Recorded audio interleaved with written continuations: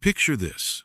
You're standing on a cliff, somewhere along the coast of ancient China, maybe 3,000 years before Christ was born. The wind is howling in from the east, carrying the smell of salt and something else. Something that makes the hair on your arms stand up and your stomach clench with primal fear. You're watching the most terrifying thing you've ever seen unfold on the horizon. A wall of water, black as midnight and tall as mountains, is moving toward shore. Lightning crackles inside clouds that tower so high they seem to scrape the belly of heaven itself. The thunder doesn't come in individual claps, but as a continuous roar that you feel in your bones. And beneath those waves, well, that's where the Dragon Kings live. At least, that's what everyone knows to be true. Now here's what blows my mind about this moment. These ancient observers, people we often dismiss as primitive, as superstitious, as lacking our scientific understanding, they were watching the same Pacific Ocean that we study today, with satellites that cost billions of dollars and supercomputers that can process quadrillions of calculations per second. The same currents, the same weather patterns, the same impossible vastness that stretches 10 million square miles from Asia to the Americas and contains more water than all the world's land masses could hold if they were melted down and poured into a cosmic mixing bowl. But they didn't have instruments. They didn't have meteorology or oceanography or any of the scientific frameworks we use to make sense of natural forces. They had stories. And you know what? Those stories were remarkably accurate. The Dragon Kings supposedly ruled from crystal palaces 20,000 feet beneath the surface. When they grew angry, typhoons would rise from their depths and destroy entire fleets. Hundreds of ships, thousands of men, wiped out in a matter of hours. When they were pleased, the seas would calm, and fish would swim into waiting nets as if they were gifts from the gods themselves.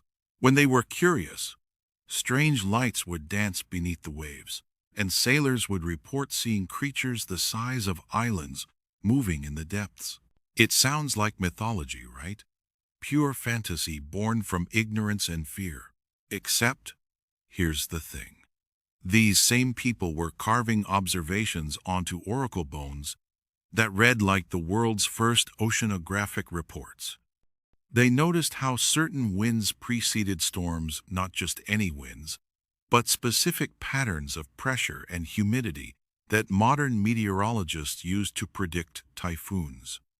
They observed how tides followed the moon's phases with mathematical precision, rising and falling in cycles that wouldn't be fully understood by Western science for another 2,000 years.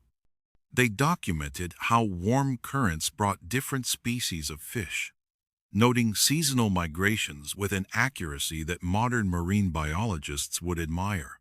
They were doing science, real, systematic, observational science. They just wrapped it in the language of gods and monsters because, frankly, what else could you call forces that powerful? Think about what they were actually witnessing. The Pacific Ocean contains 165 million cubic miles of water. When that water moves, really moves, it reshapes weather patterns across half the planet. A typhoon forming in the western Pacific can influence rainfall in North America 2 weeks later.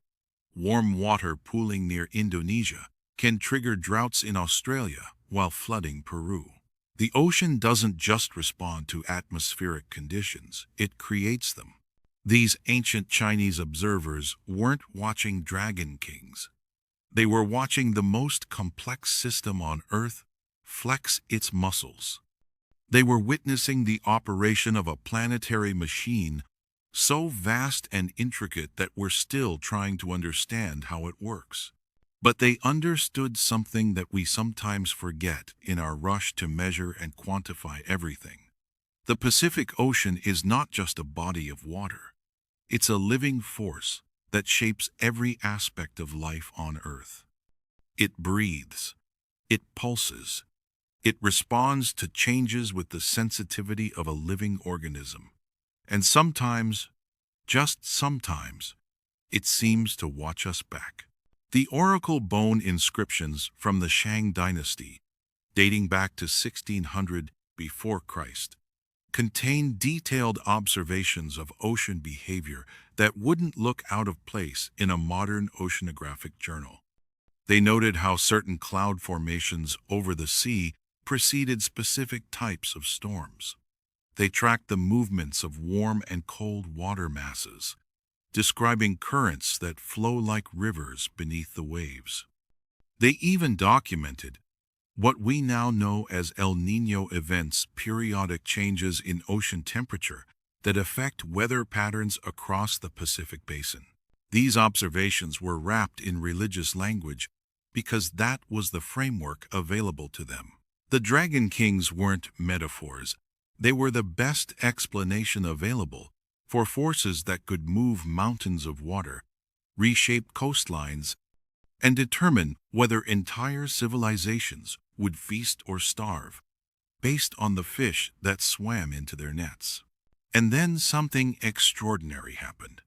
Something that should have been impossible, but became one of the greatest achievements in human history. About 3,500 years ago, a group of people called the Lapita decided to do something that would make modern astronauts seem cautious by comparison. They looked out at 10 million square miles of empty ocean, an area larger than all the continents combined, and said, "Let's sail across that." Now, I need you to really understand what this means. We're talking about distances that would challenge a modern satellite navigation system. These weren't short island hops across calm lagoons. These were journeys across thousands of miles of open water in outrigger canoes, boats that you or I would consider barely suitable for a weekend fishing trip on a lake.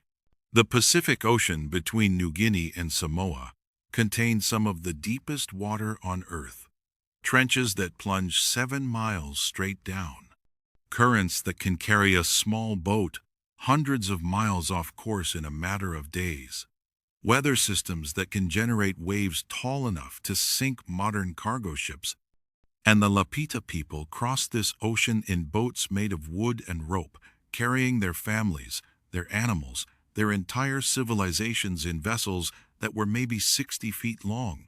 But here's where it gets really fascinating. These navigators didn't just sail blindly into the blue and hope for the best. They had developed techniques so sophisticated that Western science didn't catch up until we had electronic instruments and satellite guidance systems. They could feel land 200 miles away. Let me say that again, because I want you to grasp how extraordinary this is. 200 miles away beyond the horizon, beyond sight, beyond hearing, beyond smell. These master navigators could detect the presence of an island they couldn't perceive with any normal human sense. They did it by reading wave patterns, swells that bounced off distant landmasses and returned as subtle changes in the rhythm of the sea. Picture yourself lying flat in an outrigger canoe, pressing your body against the hull, feeling every vibration transmitted through the wood and rope. The ocean isn't flat. It's a constantly changing surface of waves, moving in multiple directions at different speeds. Most of these waves are generated by wind, but some are created by water hitting land and bouncing back. A skilled Lapita navigator could distinguish between these different wave patterns, feeling with their entire body the gentle pressure changes that indicated solid ground somewhere beyond the horizon. They would lie in their canoes for hours, sometimes days, reading the ocean like a three-dimensional map.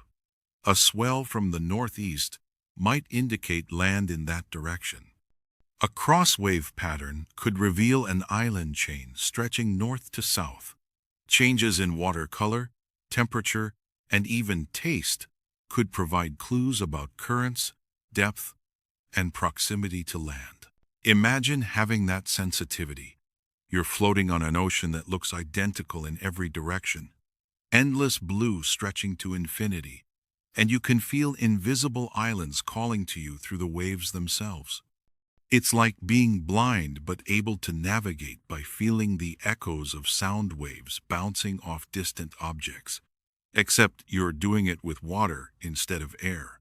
They memorized the flight patterns of golden plover's birds that migrate between islands, following straight paths across thousands of miles of open ocean.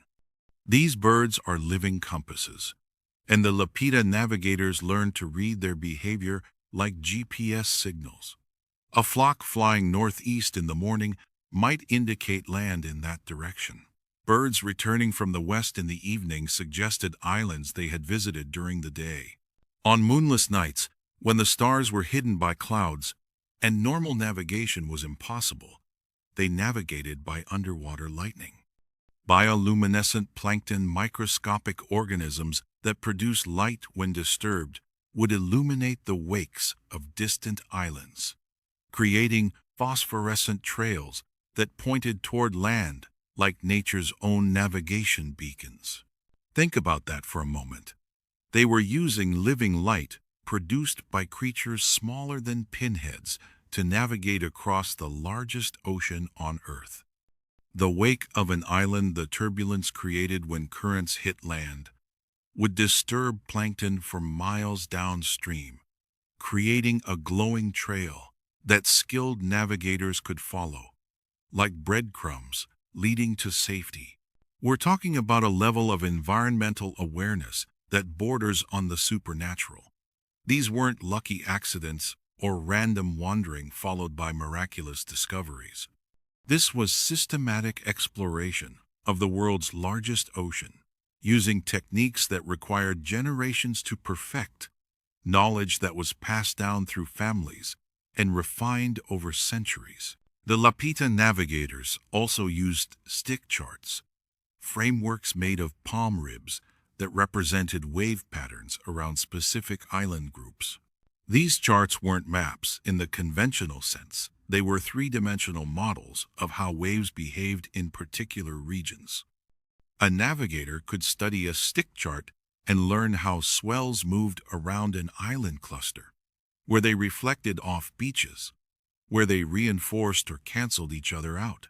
But perhaps most remarkably, they carried with them a living library of navigation knowledge. Master navigators would spend decades learning to read the ocean, memorizing thousands of details about wind patterns, current flows, star positions, and animal behavior. This knowledge was considered sacred, passed down through apprenticeships that lasted 20 or 30 years. A master navigator knew which clouds formed over land and which formed over open water. He could taste the difference between ocean water and lagoon water. He knew that certain species of fish were found only near islands, that specific birds never flew more than a certain distance from land, that floating debris could indicate the direction of the nearest shore. And they succeeded. Against all odds, against all reasonable expectations, the Lapita people spread across the Pacific like no maritime civilization before or since. They settled islands from New Guinea to Samoa, establishing trade networks that connected cultures separated by thousands of miles of open water. They turned an ocean that terrified other civilizations into a highway, a liquid continent that united rather than divided the communities that learned to read its secrets. By 1000 before Christ, Lapita descendants had reached the Marquesas Islands. By 800 after Christ, they had discovered Easter Island, a tiny speck of land in the middle of nowhere, so isolated that the nearest inhabited land was over 1,000 miles away. They found Hawaii, the most isolated island chain on Earth, and established thriving civilizations in places that modern sailors with GPS and radar would consider nearly impossible to locate. The genetic evidence shows that these Pacific migrations weren't one-time desperate voyages. They were part of regular trade and communication networks. People, goods, and ideas flowed across the Pacific for thousands of years, connecting islands separated by distances that would challenge modern transportation systems. But the Pacific wasn't done revealing its secrets to humanity. While Polynesian navigators were mastering the ocean's wave patterns and weather systems, another civilization was approaching the Pacific from the west, with an entirely different set of skills and ambitions. Fast forward to the early 1500s, the Chinese Empire under Admiral Zheng, who was mounting expeditions that would make Columbus's voyages look like weekend pleasure cruises. We're talking about maritime expeditions on a scale that wouldn't be equaled until the 20th century. Picture this: 300 ships, 27,000 men. The flagship, the treasure ship, 400 feet long. That's longer than a football field. Longer than any European ship would be for centuries to come. Some historians argue that the largest Chinese treasure ships were actually over 600 feet long, larger than most modern naval vessels. These weren't exploration vessels in the sense that we usually think of explorers.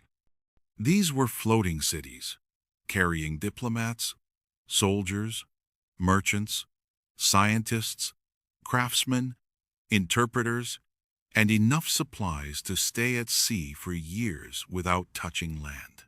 The treasure fleets represented the most advanced maritime technology on the planet, equipped with innovations that European shipbuilders wouldn't develop for another 3 centuries. Zheng He's fleet included ships specialized for different purposes. Treasure ships carried trade goods and diplomatic gifts. Troop transports moved armies across the ocean. Supply ships carried food, water, and materials for extended voyages. Hospital ships treated wounded sailors and sick crew members. Even horse ships, specially designed vessels that could transport cavalry units across the Pacific. The navigational technology aboard these ships would have seemed like magic to European sailors of the same period. Chinese navigators used magnetic compasses that had been perfected over centuries, technology that wouldn't reach Europe for another 100 years. They made celestial observations with armillary spheres and other instruments so accurate they could determine their position within a few miles. Most impressive of all, they created detailed depth soundings, lowering weighted lines to map underwater valleys and mountains with stunning precision. Chinese charts from Zheng He's expeditions showed underwater topography that European mapmakers wouldn't achieve until the age of steam-powered ships and mechanized winches. These depth measurements revealed something extraordinary. The Pacific floor wasn't a flat plain, but a landscape as complex as any terrestrial mountain range. Underwater valleys deeper than the Grand Canyon, volcanic peaks taller than Mount Everest, ridge systems that stretched for thousands of miles beneath the waves. The Chinese were mapping an alien world that existed parallel to the familiar world of air and land, a 3-dimensional landscape of water where different rules applied and different forms of life thrived. When Portuguese explorers finally reached the Pacific a century later, men like Magellan, who we celebrate as bold pioneers, they found Chinese maps already showing currents and wind patterns that European science wouldn't understand for 300 more years. Think about that for a moment. While Europe was still arguing about whether the Earth was round, Chinese admirals were creating detailed charts of ocean currents that flow like rivers beneath the waves. They understood monsoon patterns that brought seasonal rains to half of Asia. They had mapped the Kuroshio Current, a stream of warm water that flows north along the Japanese coast like an underwater Gulf Stream. Zheng Haze. Navigators knew that the Pacific contained currents moving in vast circular patterns, gyres that could carry ships thousands of miles with minimal effort if captains understood how to use them. They had identified the trade winds that blew consistently from east to west near the equator, and the westerlies that provided return routes at higher latitudes. But perhaps most importantly, they understood that the Pacific wasn't just a body of water. It was a dynamic system that changed with the seasons, responded to atmospheric pressure, and followed cycles that connected weather patterns across the entire ocean basin. The treasure fleet sailed the Pacific between 1405 and 1433, establishing Chinese influence from Southeast Asia to the eastern coast of Africa. They brought back tribute from dozens of kingdoms, exotic animals for the imperial zoo, and detailed knowledge about trade routes that connected the Indian and Pacific Oceans. But here's the thing about the Pacific Ocean: it doesn't give up its secrets easily, and it doesn't let any single civilization control it for long. Those Chinese treasure fleets? They disappeared from history almost overnight. In 1433, the Yongle Emperor died and was succeeded by rulers who believed China should turn inward, focusing on domestic affairs rather than expensive overseas expeditions. The treasure fleets were disbanded. The ships were allowed to rot in harbor. The navigational charts were filed away in imperial archives. Within a generation, the most advanced maritime technology on Earth had been abandoned. Those incredibly detailed maps showing Pacific currents and wind patterns, most were lost or destroyed during the political upheavals that followed. Centuries of accumulated oceanographic knowledge simply vanished, as if the sea itself had swallowed the wisdom of those who had dared to chart its depths. This wasn't just a political decision, it was one of the great turning points in human history. If the Chinese treasure fleets had continued their Pacific explorations, they might have reached the Americas decades before Columbus reached the Caribbean. They might have established trade routes that connected Asia directly with the New World, changing the entire course of global development. Instead, the Pacific returned to being a mystery, its secrets locked away in imperial archives that most Chinese scholars were forbidden to access. But the knowledge hadn't completely disappeared. Island communities across the Pacific still remembered the great ships that had visited their harbors. Oral traditions preserved stories of the treasure fleets for centuries, describing vessels so large they looked like floating islands, and crews so numerous they could populate entire cities. More importantly, the Pacific itself preserved evidence of human activity in ways that no one at the time could have imagined. Centuries later, when modern oceanographers began studying deep-sea sediments, they found layers of material that told the story of human interaction with the Pacific. Microscopic traces of metals indicated where ships had anchored. Pollen grains revealed what crops had been transported between islands. Even genetic material from shiprats and other introduced species created a biological record of maritime trade routes. The Pacific had become an archive of human history, preserving evidence of exploration and migration in its deepest sediments. The Chinese treasure fleets had tested humanity's ability to master the Pacific Ocean through technological sophistication and systematic exploration. The Lapita navigators had demonstrated that intimate knowledge of natural systems could allow small groups to cross impossible distances. Ancient Chinese observers had shown that careful attention to patterns could reveal the fundamental forces that drove oceanic behavior. But all of them understood the same truth that modern oceanographers are still trying to fully comprehend. The Pacific Ocean is not just water. It's a living system of unimaginable power and complexity. It creates weather, moves continents, harbors life forms that challenge every assumption about what's possible on Earth. It connects distant cultures while remaining fundamentally alien to human experience. The age of gods and dragons was ending. The age of scientific exploration was about to begin. And the Pacific Ocean, patient, vast, and full of secrets that had been accumulating for billions of years, was waiting to test a new generation of human ambition. The first to try would be a Portuguese navigator named Ferdinand Magellan. He would sail into the Pacific in 1520 with 3 ships and 237 men, believing he understood what he was facing. The ocean was about to teach him otherwise, in the most brutal way possible. Part 2. Blood in Paradise Waters. Ferdinand Magellan's fleet entered what would become known as the Pacific Ocean on November 28, 1520. But first, they had to survive what Magellan himself called the Devil's Own Throat, a strait at the bottom of South America, where 100-foot waves smashed against granite cliffs like liquid mountains and whirlpools, could swallow ships whole without leaving so much as a splinter of wood behind.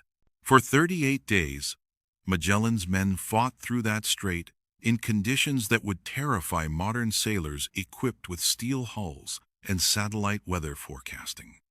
Ships' masts snapped like twigs in winds that howled with the voice of 10,000 demons. Sailors were swept overboard by waves that came from every direction at once, their screams lost in the roar of water and wind. One captain, Juan Sebastian Elcano, became so convinced they were sailing straight into hell that he turned his ship around and fled back to Spain, taking 57 men who had decided they would rather face court-martial than whatever lay beyond those tormented waters. But Magellan pressed on, driven by the absolute certainty that somewhere beyond this nightmare lay the Indies and all the spices and gold a man could dream of.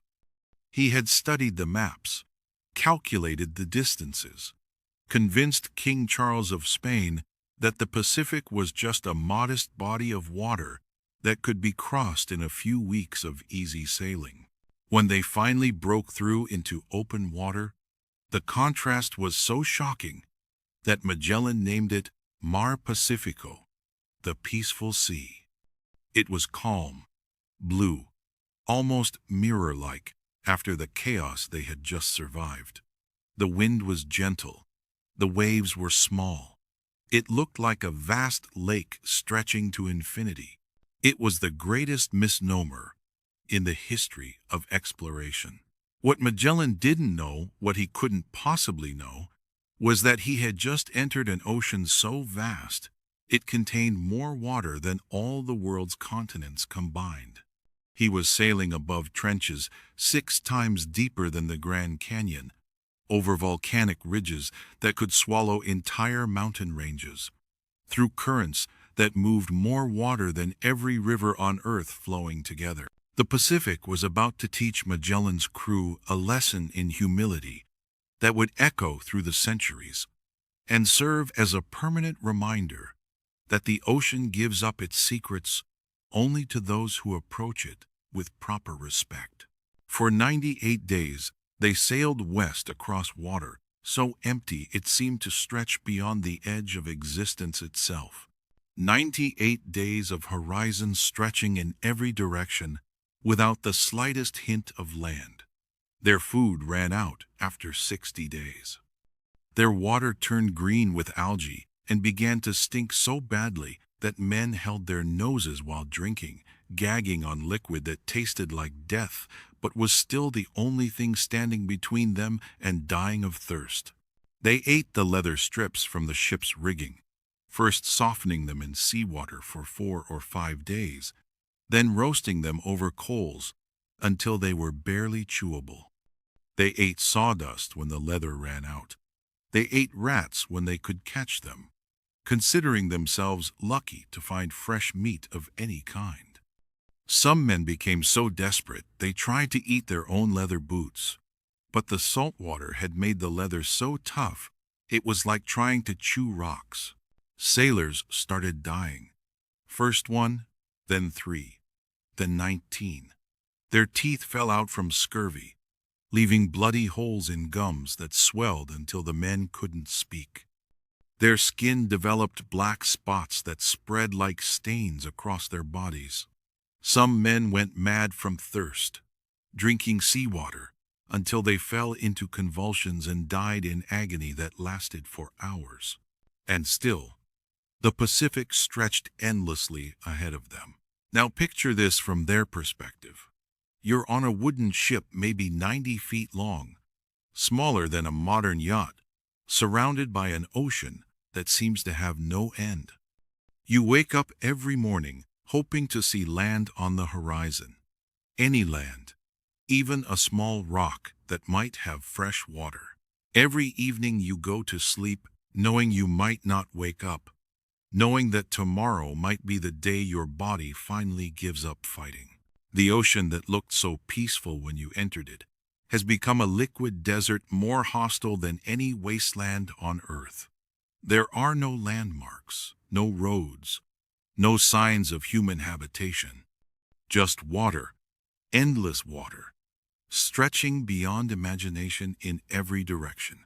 But here's what truly blows my mind about this voyage.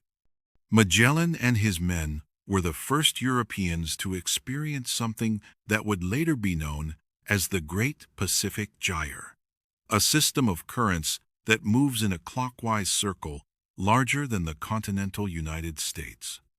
They didn't know it, but they were riding one of the most powerful forces on the planet, a river within the ocean that transports more water than the Amazon, Mississippi, and Nile rivers combined. This gyre is driven by the rotation of the Earth itself, deflecting moving water to the right in the northern hemisphere and creating a vast circular flow that connects Asia to the Americas.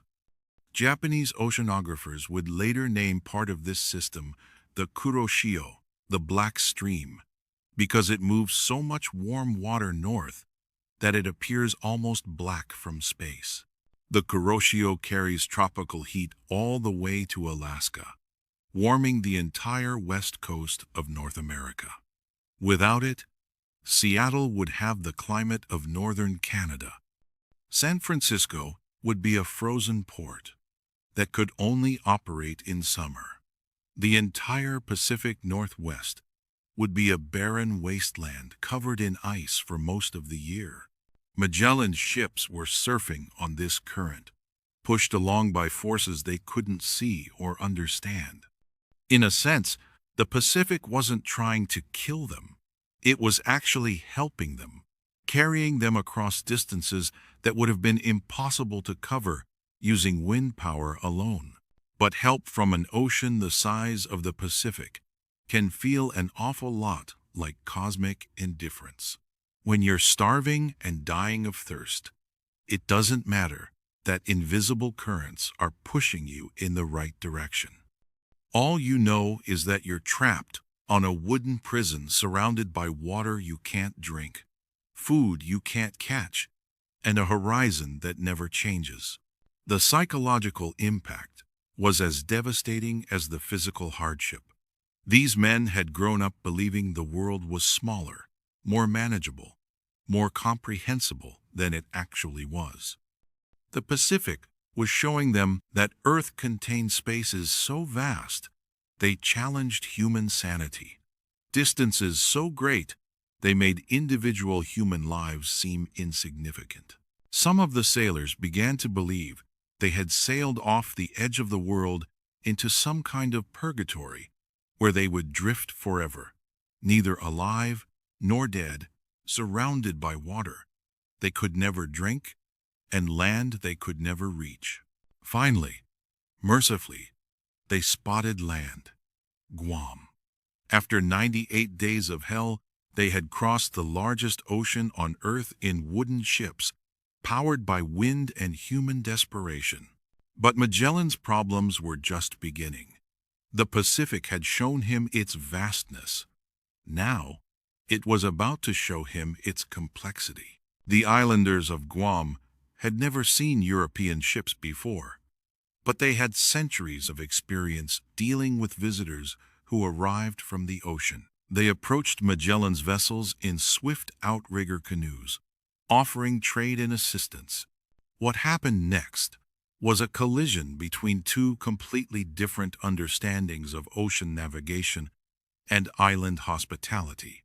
The islanders, following traditions that stretched back thousands of years, took items from the Spanish ships not as theft, but as part of the exchange relationships that governed Pacific Island societies.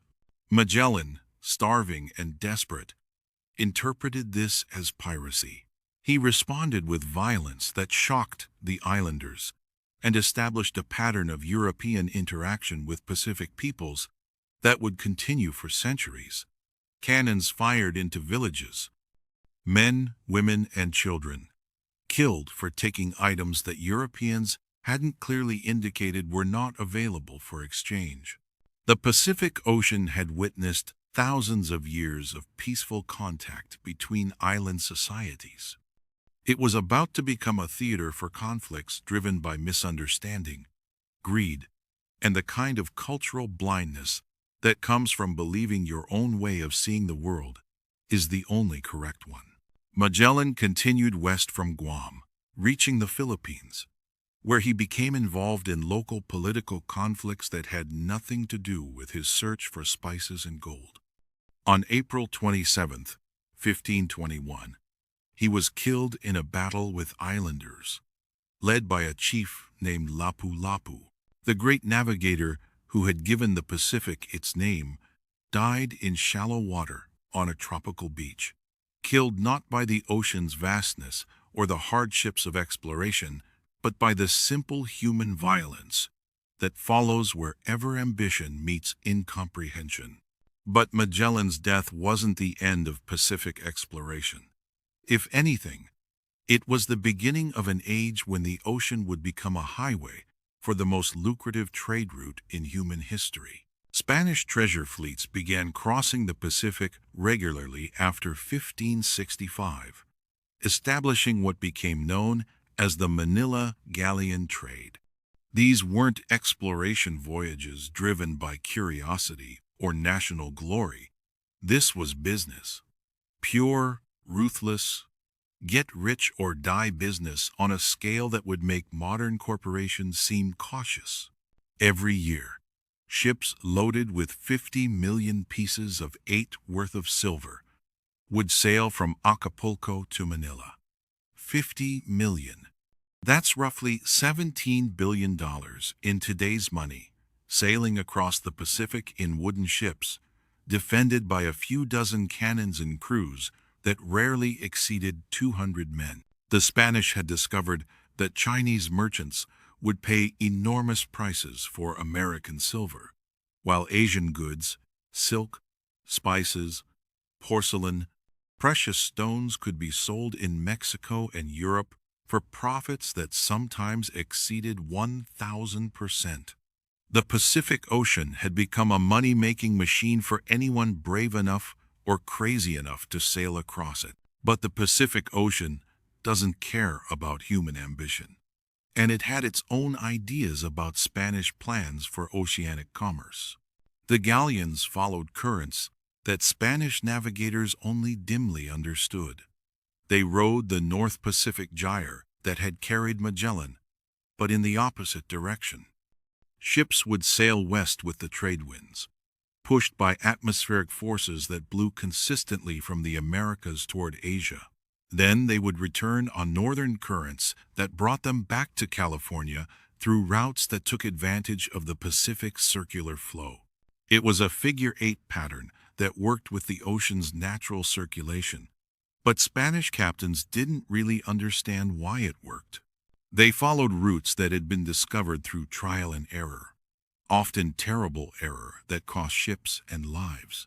The return voyage from Manila to Acapulco could take 6 months, following a northern route that passed near Japan before turning east toward California. Ships would sail for weeks without seeing land, navigating by dead reckoning and prayer, through waters where a navigation error of a few degrees could mean the difference between reaching Mexico and starving to death in the middle of nowhere. Pirates learned these routes. The waters between Mexico and the Philippines became killing grounds, where knowledge of wind patterns meant the difference between unimaginable wealth and a slow death in shark-infested waters. English privateers like Francis Drake and Thomas Cavendish hunted Spanish galleons with the patience of predators who understood that their prey had to follow predictable paths. The treasure ships were loaded with wealth, but they were also slow, undermanned, and vulnerable to attack from faster, more maneuverable vessels. The most famous target was the Nuestra Señora de la Concepción, captured by Drake in 1579, with a cargo worth more than the annual income of the English government. But even more legendary was the San Jose galleon, which sank in 1608 with what would be worth $17 billion in today's money. $17 billion. Sitting on the ocean floor somewhere in the Pacific, hidden by currents that Spanish navigators never fully understood, and protected by depths that wouldn't be explored for another 3 centuries.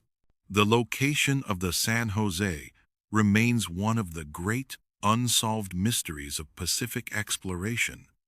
Spanish records describe the approximate area where it sank, but the ocean floor in that region is a maze of underwater valleys and volcanic ridges where a ship could disappear completely. Modern treasure hunters have spent millions of dollars searching for the San Jose and other lost galleons, using sonar, underwater robots, and satellite navigation that the original Spanish crews couldn't have imagined. But the Pacific keeps its secrets well. Most of the galleon wrecks remain exactly where they sank, protected by depth and distance from anyone who might disturb their 400-year sleep. But even successful voyages were brutal. The Manila galleon trade lasted for 250 years, but it extracted a terrible human cost. Sailors died from scurvy, typhoons, and diseases that had no names. Ships would arrive in Manila or Acapulco with half their crews dead or dying, their holds full of treasure, but their decks littered with corpses. The Pacific was a highway paved with bones. Scurvy was the greatest killer. Spanish ships would spend 4 to 6 months at sea without fresh food, and crews would begin showing symptoms of vitamin C deficiency within weeks of leaving port. Their teeth would fall out. Their old wounds would reopen. Their bones would become so brittle they could break from normal movement.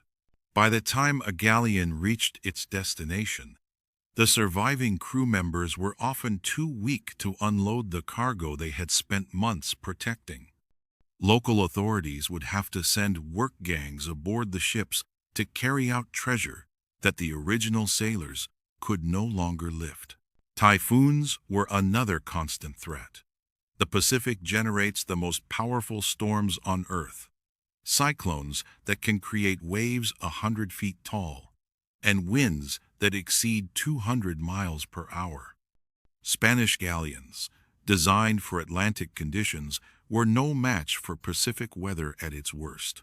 Ships caught in typhoons would simply disappear, leaving no trace except their failure to arrive at their intended destination. Families would wait for years for news of vessels that had been crushed by waves or blown so far off course they ended up wrecked on uninhabited islands where their crews died slowly of starvation and disease. But the profits were so enormous that merchants and governments were willing to accept these losses. A single successful round trip could make a man wealthy for life. A galleon that reached its destination could generate enough profit to finance entire fleets of replacement ships. The Manila galleon trade created the first truly global economy, connecting the Americas, Asia, and Europe through routes that crossed the Pacific Ocean. Silver mined in Mexico was traded for silk in China, which was sold in Spain to buy weapons that were shipped to the Philippines to protect treasure fleets sailing back to Mexico. But this economic system was built on a foundation of geographic ignorance. Spanish navigators knew how to follow certain routes, but they didn't understand the forces that made those routes work. And then came James Cook. Now, I want you to understand something about Cook. This wasn't some reckless adventurer looking for quick riches or national glory. This wasn't a conquistador hoping to claim territory for his king. This was a man who approached the Pacific Ocean like a scientist approaches a laboratory experiment. Methodical, patient, absolutely determined to understand what he was dealing with. Cook made 3 voyages to the Pacific between 1768 and 1779, and each one revolutionized how humans understood the ocean. His ships carried chronometers, precision timepieces that could determine longitude to within a few miles. They had instruments for measuring water temperature, wind speed, current direction, atmospheric pressure, and magnetic variation. They carried naturalists who collected specimens, artists who painted everything they saw, and astronomers who mapped the stars from the opposite side of the world. This wasn't just navigation. It was systematic scientific exploration on a scale that had never been attempted before. On his first voyage, Cook carried secret orders to observe the transit of Venus from Tahiti, an astronomical event that would allow scientists to calculate the distance from Earth to the Sunday. But his real mission was to explore the Pacific Ocean and determine once and for all whether a great southern continent existed to balance the landmasses of the northern hemisphere. Cook discovered that the Pacific wasn't just randomly scattered islands floating on empty water. There were patterns, chains of volcanic islands following underwater ridges, coral reefs growing in precise formations, ocean currents that flowed like rivers beneath the waves, carrying warm water toward the poles and cold water toward the equator. He made the first accurate maps of New Zealand, proving it wasn't connected to a mythical southern continent. He charted the east coast of Australia, opening an entire continent to European settlement, while documenting ecosystems that contained creatures found nowhere else on Earth. On his second voyage, Cook sailed farther south than any human had ever gone, crossing the Antarctic Circle in search of the hypothetical southern continent. He found ice instead, walls of frozen water that stretched to the horizon, proving that the South Pole was covered by ice rather than land. But perhaps his most important discovery was something invisible. Cook was the first navigator to systematically measure ocean temperatures at different depths, and what he found changed everything scientists thought they knew about the sea. The Pacific wasn't just a giant bathtub filled with seawater. It was layers of water, distinct masses moving at different speeds, carrying different temperatures, supporting different forms of life. He discovered thermoclines, boundaries between warm surface water and cold deep water that acted like underwater ceilings. Sound waves bounced off these boundaries. Light was filtered out in precise bands. Chemical nutrients were trapped in specific layers. Cook's temperature measurements revealed that the ocean had structure in 3 dimensions. Surface water heated by the sun floated on top of cold water that had never been touched by sunlight. These layers could be hundreds of feet thick, and they moved independently of each other. This discovery had immediate practical implications. Ships could use thermoclines to hide from enemies, a technique that wouldn't become militarily important until submarines were invented 2 centuries later. Ocean currents moved differently at different depths, creating navigation opportunities that surface sailors had never imagined. But Cook's measurements also revealed something more profound about the Pacific's role in global climate. The temperature differences he documented showed that the ocean was constantly moving heat from the equator toward the poles, a massive engine that regulated Earth's temperature and made life possible on most of the planet. Without this heat transport, the tropics would be uninhabitably hot, and the polar regions would be even colder than they already were. The Pacific Ocean was functioning as Earth's air conditioning system, moderating temperatures across the entire globe. On his third voyage, Cook discovered Hawaii, which he initially named the Sandwich Islands, creating the final link in a chain of Pacific navigation that connected Asia to the Americas. But he also attempted something that had defeated every previous explorer: finding the Northwest Passage, a route through the Arctic that would connect the Pacific and Atlantic Oceans. Cook sailed farther north than any European had ever gone, until his ships were stopped by walls of ice that stretched to the horizon. The ice was different from anything he had encountered in Antarctic waters: older, thicker, more permanent. He realized that the Arctic Ocean was locked in ice that might never melt completely, making a northern passage between the oceans impossible with the technology available to him. He turned back toward Hawaii to repair his ships and prepare for another attempt. That's where the Pacific Ocean claimed its most famous victim. February 14th, 1779. Cook and his men were trying to recover a boat that had been stolen by Hawaiian natives. The situation was complicated by cultural misunderstandings that had been building for weeks. The Hawaiians had initially welcomed Cook as a manifestation of their god Lono, but his unexpected return to their islands had confused and alarmed them. There was a confrontation on the beach at Kealakekua Bay. Tempers flared on both sides. Someone threw a stone, someone else drew a knife.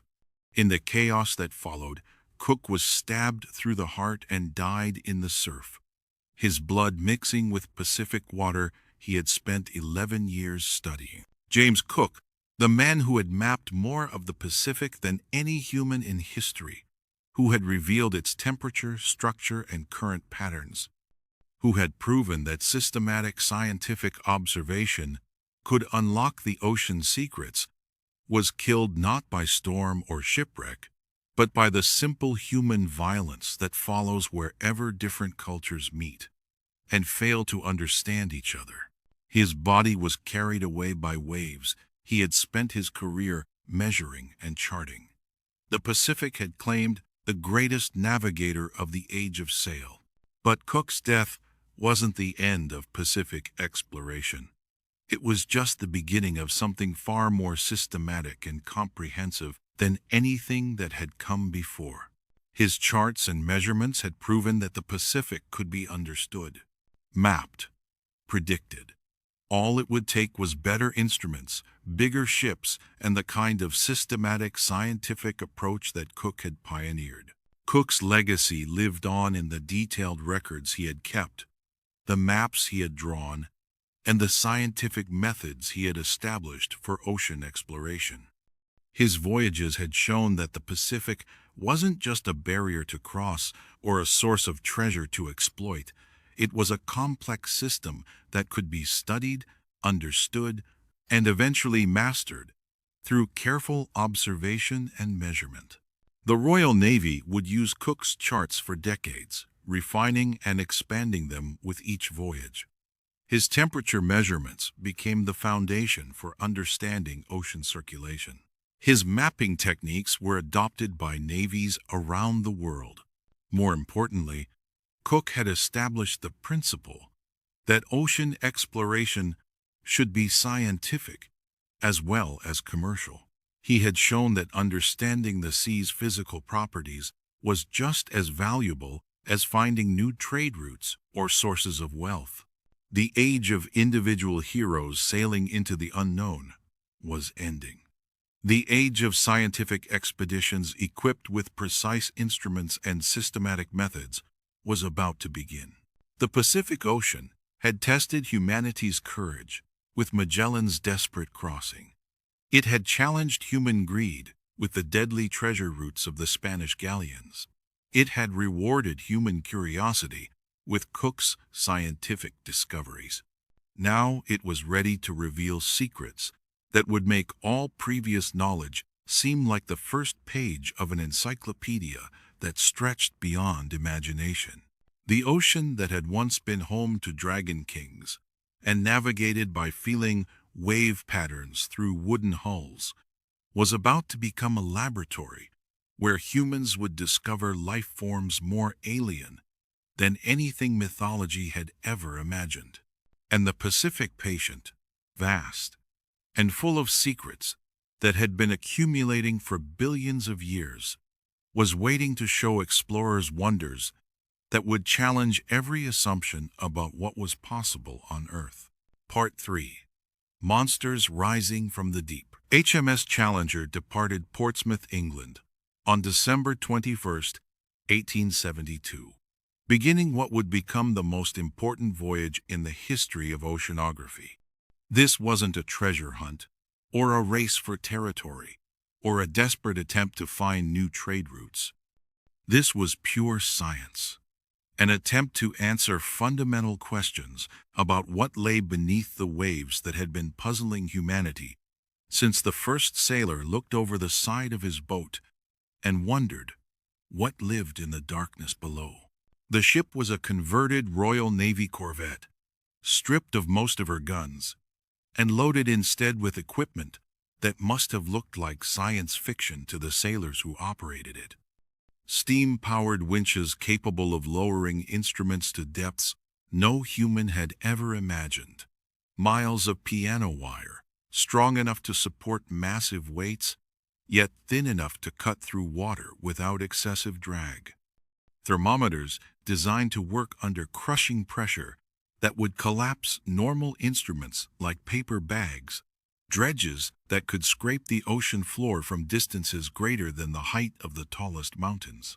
The man leading this expedition was Charles Wyville Thomson, a Scottish marine biologist who had convinced the British government to fund the most expensive scientific expedition in history.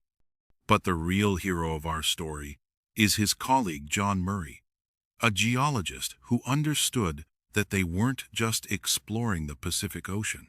They were exploring an alien planet that happened to exist on the same world where humans lived. Murray had studied the limited samples that previous expeditions had brought up from deep water, and he had formed a theory that would have sounded insane to most scientists of his era. He believed that the deep ocean wasn't a lifeless void, as everyone assumed, but a vast ecosystem teeming with creatures that had evolved to live under conditions that would instantly kill any surface organism. Picture this. You're standing on the deck of HMS Challenger, somewhere in the middle of the Pacific, preparing to lower a weighted line into water so deep that the bottom might as well be on the moon. The ocean around you looks empty, just blue water stretching to the horizon in every direction. But you're about to probe depths where the pressure is so intense it could crush a human body like an egg, where the temperature is barely above freezing, where sunlight has never penetrated in the entire history of the planet. The line keeps going down. 1,000 feet, 5,000 feet, 10,000 feet. The steam winch chugs methodically, its rhythm marking the passage of hours as you descend through layers of water that represent different worlds stacked on top of each other like floors in an impossible building. Finally, after 14 hours of continuous lowering, 14 hours during which the crew has eaten meals, slept in shifts, and lived their normal shipboard lives, while a piece of equipment dangles from their vessel like a spider on an impossibly long thread, you feel the weight hit bottom. 26,900 feet. That's deeper than Mount Everest is tall. You're floating on water above a landscape more alien than anything humans would find when they eventually reached Mars. Mountains that dwarf the Himalayas. Valleys that make the Grand Canyon look like a crack in the sidewalk. Plains that stretch for hundreds of miles in absolute darkness under pressure that would liquefy normal matter. And now you're going to drag a net across that landscape and see what lives there. The first dredge samples from the deepest parts of the Pacific brought up mud that looked absolutely ordinary. Gray, clay, fine-grained and smooth, the kind of thing you might find in any riverbed or lake bottom. It seemed anticlimactic after the tremendous effort required to collect it. But when scientists examined that mud under microscopes, they found something extraordinary that would revolutionize biology and geology simultaneously. Shells. Microscopic shells from creatures that had been raining down from the surface for millions of years. These tiny organisms, foraminifera, lived in the upper layers of the ocean, built intricate calcium carbonate shells during their brief lives, then died and sank to the bottom like underwater snow. The deepest parts of the Pacific were carpeted with the remains of countless billions of these creatures, creating a fossil record that stretched back to the dawn of complex life on Earth.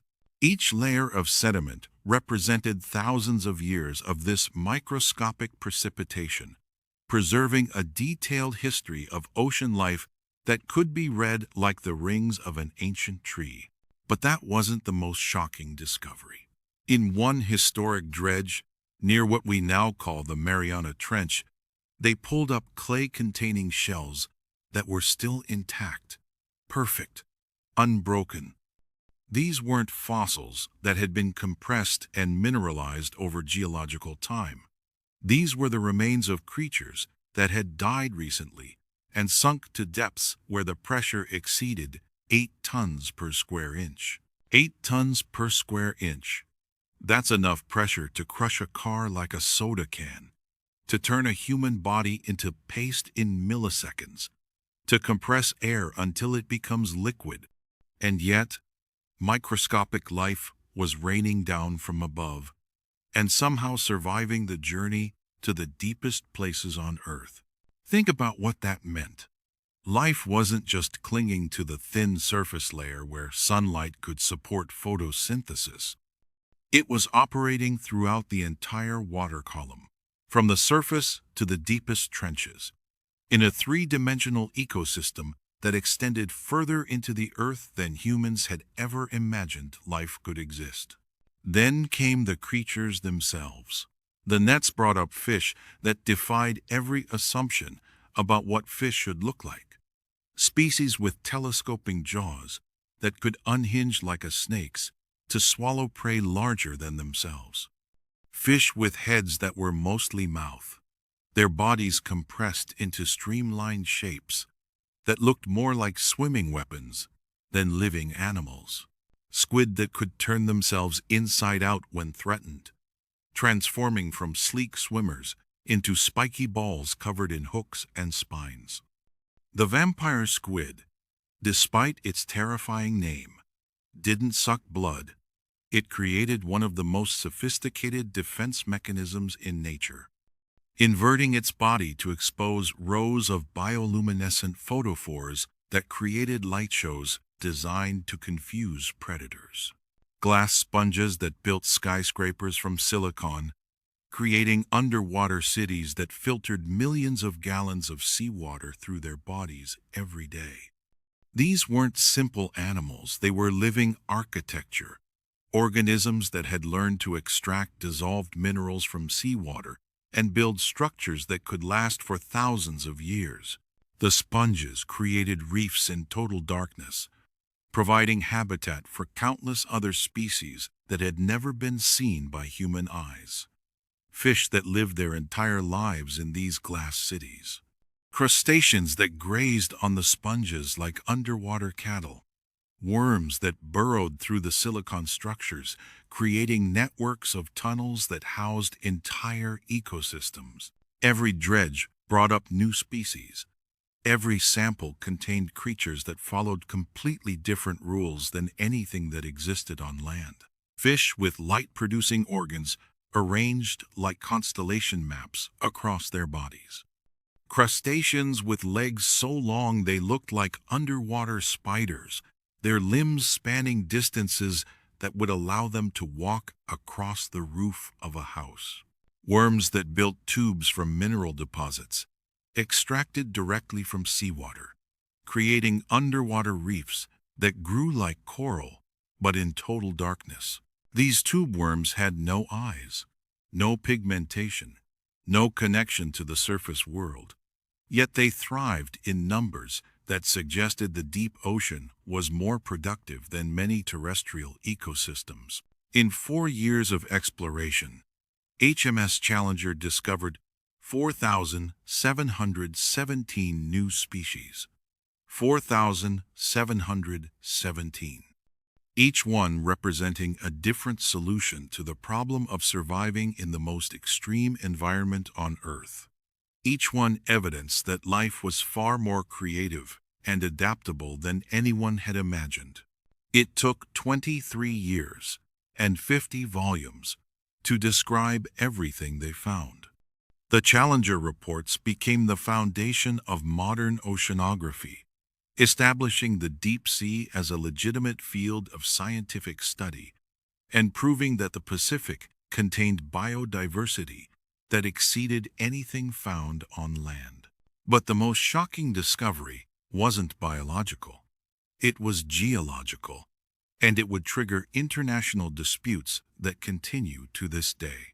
John Murray analyzed hundreds of samples from the Pacific floor and found something that would change how humans thought about ocean resources forever.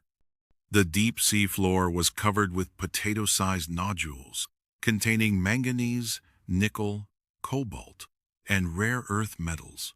These nodules grew incredibly slowly, maybe an inch in a million years, accumulating metals that precipitated out of seawater through processes that scientists still don't fully understand. But they covered areas larger than entire continents, lying on the seafloor like a vast mineral garden waiting to be harvested. Murray calculated that the Pacific floor contained enough metal to supply human civilization for millions of years. Manganese, that could be used to make steel. Nickel for batteries and electronics. Cobalt for high-tech applications that wouldn't be invented for another century. Rare earth elements that would become essential for everything from computer chips to wind turbines. All of it sitting in international waters, in depths where no nation could claim ownership, protected by pressure that would kill any human who tried to retrieve it with the technology available in the 1870s. Murray had discovered an underwater treasure trove that made Spanish silver fleets look like pocket change. But he had also revealed a resource that would raise fundamental questions about who owned the deep ocean and how humanity should manage resources that belonged to no single country. Even more important were the temperature measurements that HMS Challenger collected throughout their voyage. The ship carried thermometers that could work at crushing depths, and the readings they brought back rewrote everything scientists thought they knew about the ocean. The deep Pacific was barely above freezing even near the equator. Water below a few hundred feet dropped to temperatures just a few degrees above 0 Celsius. This was a complete shock. Scientists had assumed that ocean temperature would decrease gradually with depth, but the reality was far more complex. The ocean was layered like a cake, with distinct boundaries between different water masses. Warm water floated on top of cold water, but the transition wasn't gradual. It happened in sharp steps called thermoclines. These boundaries acted like underwater ceilings that sound waves bounced off. Light couldn't penetrate, and chemical nutrients couldn't cross easily. The Pacific wasn't a giant bathtub filled with seawater. It was a three-dimensional ecosystem with distinct zones, each supporting different forms of life, each connected to the others through currents and chemical cycles that scientists were only beginning to understand. Surface water heated by the sun supported photosynthetic plankton that produced oxygen and absorbed carbon dioxide. Intermediate water carried nutrients from the deep ocean toward the surface. Deep water, formed in polar regions, crept slowly along the ocean floor, carrying oxygen from the surface to the deepest trenches. The Pacific was a machine for moving heat, nutrients, and gases around the planet. It was Earth's circulatory system, and HMS Challenger had discovered how it worked. But they had also raised more questions than they answered. How did deep-sea creatures survive crushing pressure? How did nutrients move between different water layers? What forces created the underwater mountains and valleys that their depth soundings revealed? The answers would come from an unlikely source: a woman working in a basement who wasn't allowed on research ships because her gender was considered incompatible with serious scientific work. Marie Tharp spent 30 years creating the first accurate map of the Pacific Ocean floor, working from sonar data collected by ships she could never board because women weren't allowed on research vessels. Her male colleagues would return from expeditions with rolls of sonar readings, endless strips of paper covered with squiggly lines that represented echoes bouncing off the sea floor, and Tharp would translate those lines into detailed maps, showing underwater mountains, valleys, and plains. Working alone in a basement at Columbia University, using nothing but sonar data, mathematical calculations, and her own genius for visualizing three-dimensional structures from two-dimensional data, Tharp discovered something that would revolutionize geology and change how humans understood the very structure of the Earth. The Pacific floor wasn't flat. It wasn't even stable. Running down the middle of the ocean was a massive volcanic ridge, the East Pacific Rise, where new ocean floor was being created at a rate of 6 inches per year. That's faster than fingernails grow. The Pacific Ocean was literally growing, pushing the continents apart, creating new land at the bottom of the sea. This discovery challenged everything geologists thought they knew about the Earth. Continents were supposed to be permanent features, anchored in place since the planet formed. Ocean basins were supposed to be ancient depressions that had filled with water billions of years ago. But Tharp's maps showed that the Pacific was young, dynamic, constantly changing. New seafloor was being created at mid-ocean ridges, then moving away from those ridges, like conveyor belts, carrying volcanic rock toward the continents. When Tharp presented her findings to her male colleagues, they dismissed her discovery as girl talk. The idea that ocean floors could move seemed absurd to scientists who had been trained to think of the Earth as a static system. Bruce Heezen, her supervisor, refused to put her name on the maps she had created, claiming credit for work that was entirely hers. But Tharp was right, and eventually the evidence became overwhelming. Her maps revealed that the Pacific was the center of a vast tectonic system that was reshaping the entire planet. The Ring of Fire, The chain of volcanoes and earthquake zones that surrounded the Pacific wasn't a coincidence. It was the boundary where new ocean floor met old continental rock, a collision zone that generated 90% of Earth's earthquakes and 75% of its volcanoes. The Pacific Ocean wasn't just vast and deep and full of strange life. It was actively changing the shape of the planet, moving continents, building mountains, and creating the geological forces that made modern Earth possible.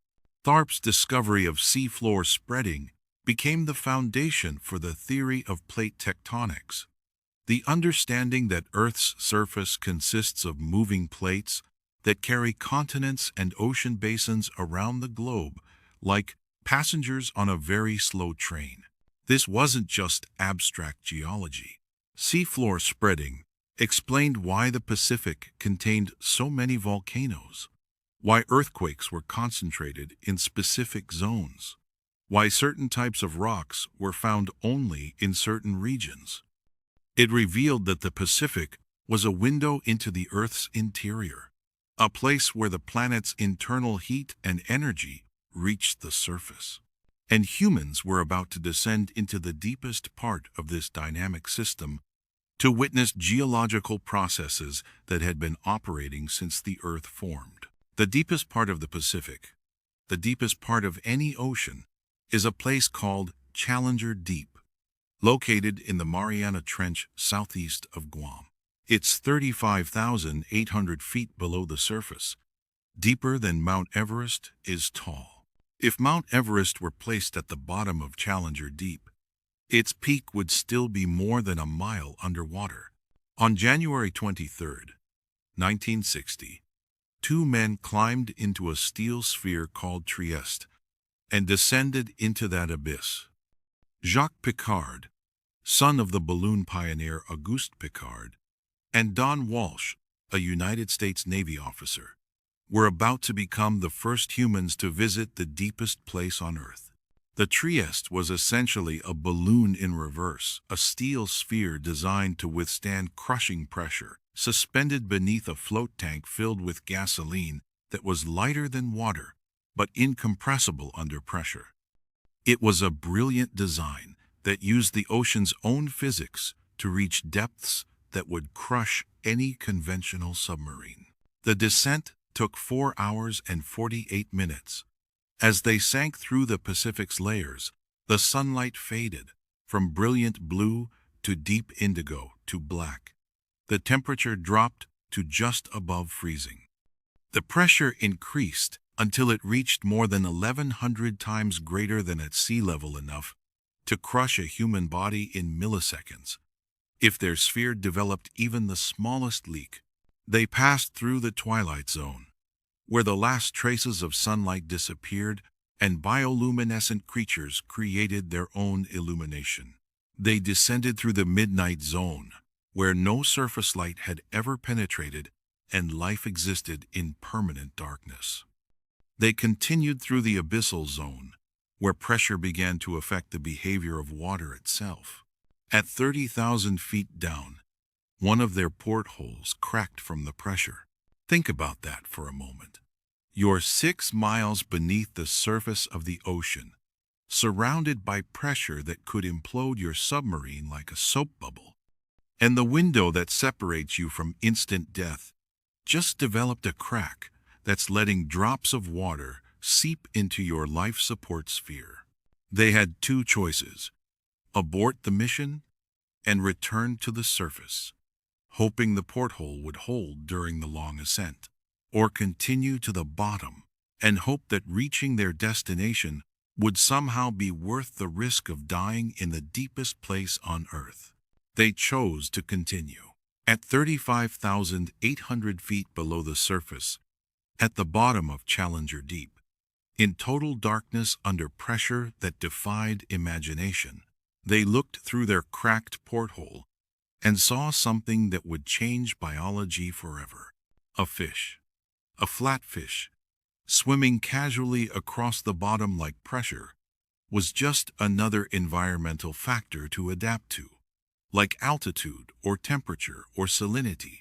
This creature, later identified as a member of the Xenophyophore family, was living in conditions that should have been completely hostile to complex life. The pressure would liquefy normal proteins. The cold would freeze normal cellular fluids. The darkness was absolute and eternal, without any connection to the energy sources that supported surface life. And yet, there it was. Not just surviving, but apparently thriving at the bottom of the deepest ocean on Earth. Pickard and Walsh spent 20 minutes on the bottom, eating chocolate bars and making notes while looking at an alien landscape that no human had seen before or has seen since. They were the only people to witness firsthand the deepest accessible part of our planet, a place more remote than the surface of the moon. When they returned to the surface after 9 hours in their steel sphere, they brought back proof that the Pacific Ocean had no depth limit for life. Every zone they had passed through was inhabited. Every layer contained creatures adapted to conditions that would be instantly lethal to surface organisms. The Pacific wasn't just vast horizontally, it was a vertical ecosystem that extended from the surface waves down to the deepest trenches, supporting life throughout its entire three-dimensional volume. But this discovery would pale in comparison to what scientists would find in the depths just 17 years later. In February 1977, scientists in the submersible Alvin were exploring volcanic vents on the Pacific floor when they discovered something that rewrote the rules of biology and challenged every assumption about how life works on Earth. Around hydrothermal vents, places where water hot enough to melt lead erupted from cracks in the seafloor, they found entire ecosystems that had never seen sunlight. 8-foot tube worms with brilliant red plumes swaying in currents of superheated water. Giant clams, the size of dinner plates, clustered around the vents like audiences gathering around campfires. Blind white crabs, swarming over volcanic rock in populations denser than any rainforest. But here's what made this discovery so revolutionary. These creatures didn't just survive without sunlight, they thrived without any connection to photosynthesis whatsoever. Every ecosystem on Earth, from tropical rainforests to Arctic tundra, from coral reefs to grasslands, ultimately depends on plants capturing solar energy and converting it into food through photosynthesis. Even deep-sea creatures were assumed to depend on organic matter that rained down from the surface, connecting them indirectly to the sun's energy. But the creatures around hydrothermal vents lived on chemosynthesis bacteria that converted hydrogen sulfide, a poison that would kill any surface creature instantly, into energy. This was life based on an entirely different chemistry, thriving in conditions that would be lethal to every other living thing on Earth. The tube worms, later named Riftia pachyptila, had no mouth, no stomach, no digestive system at all. Instead, their bodies were packed with bacteria that processed chemicals from the vent water. The worms provided shelter and nutrients for the bacteria, and the bacteria provided food for the worms. It was a partnership that had evolved in total isolation from the surface world. Water temperatures around the vents reached 400 degrees Celsius, hot enough to melt lead, sterilize surgical instruments, and kill every known form of surface life instantly. The pressure was crushing. The environment was toxic with sulfur compounds that would cause immediate death in surface organisms.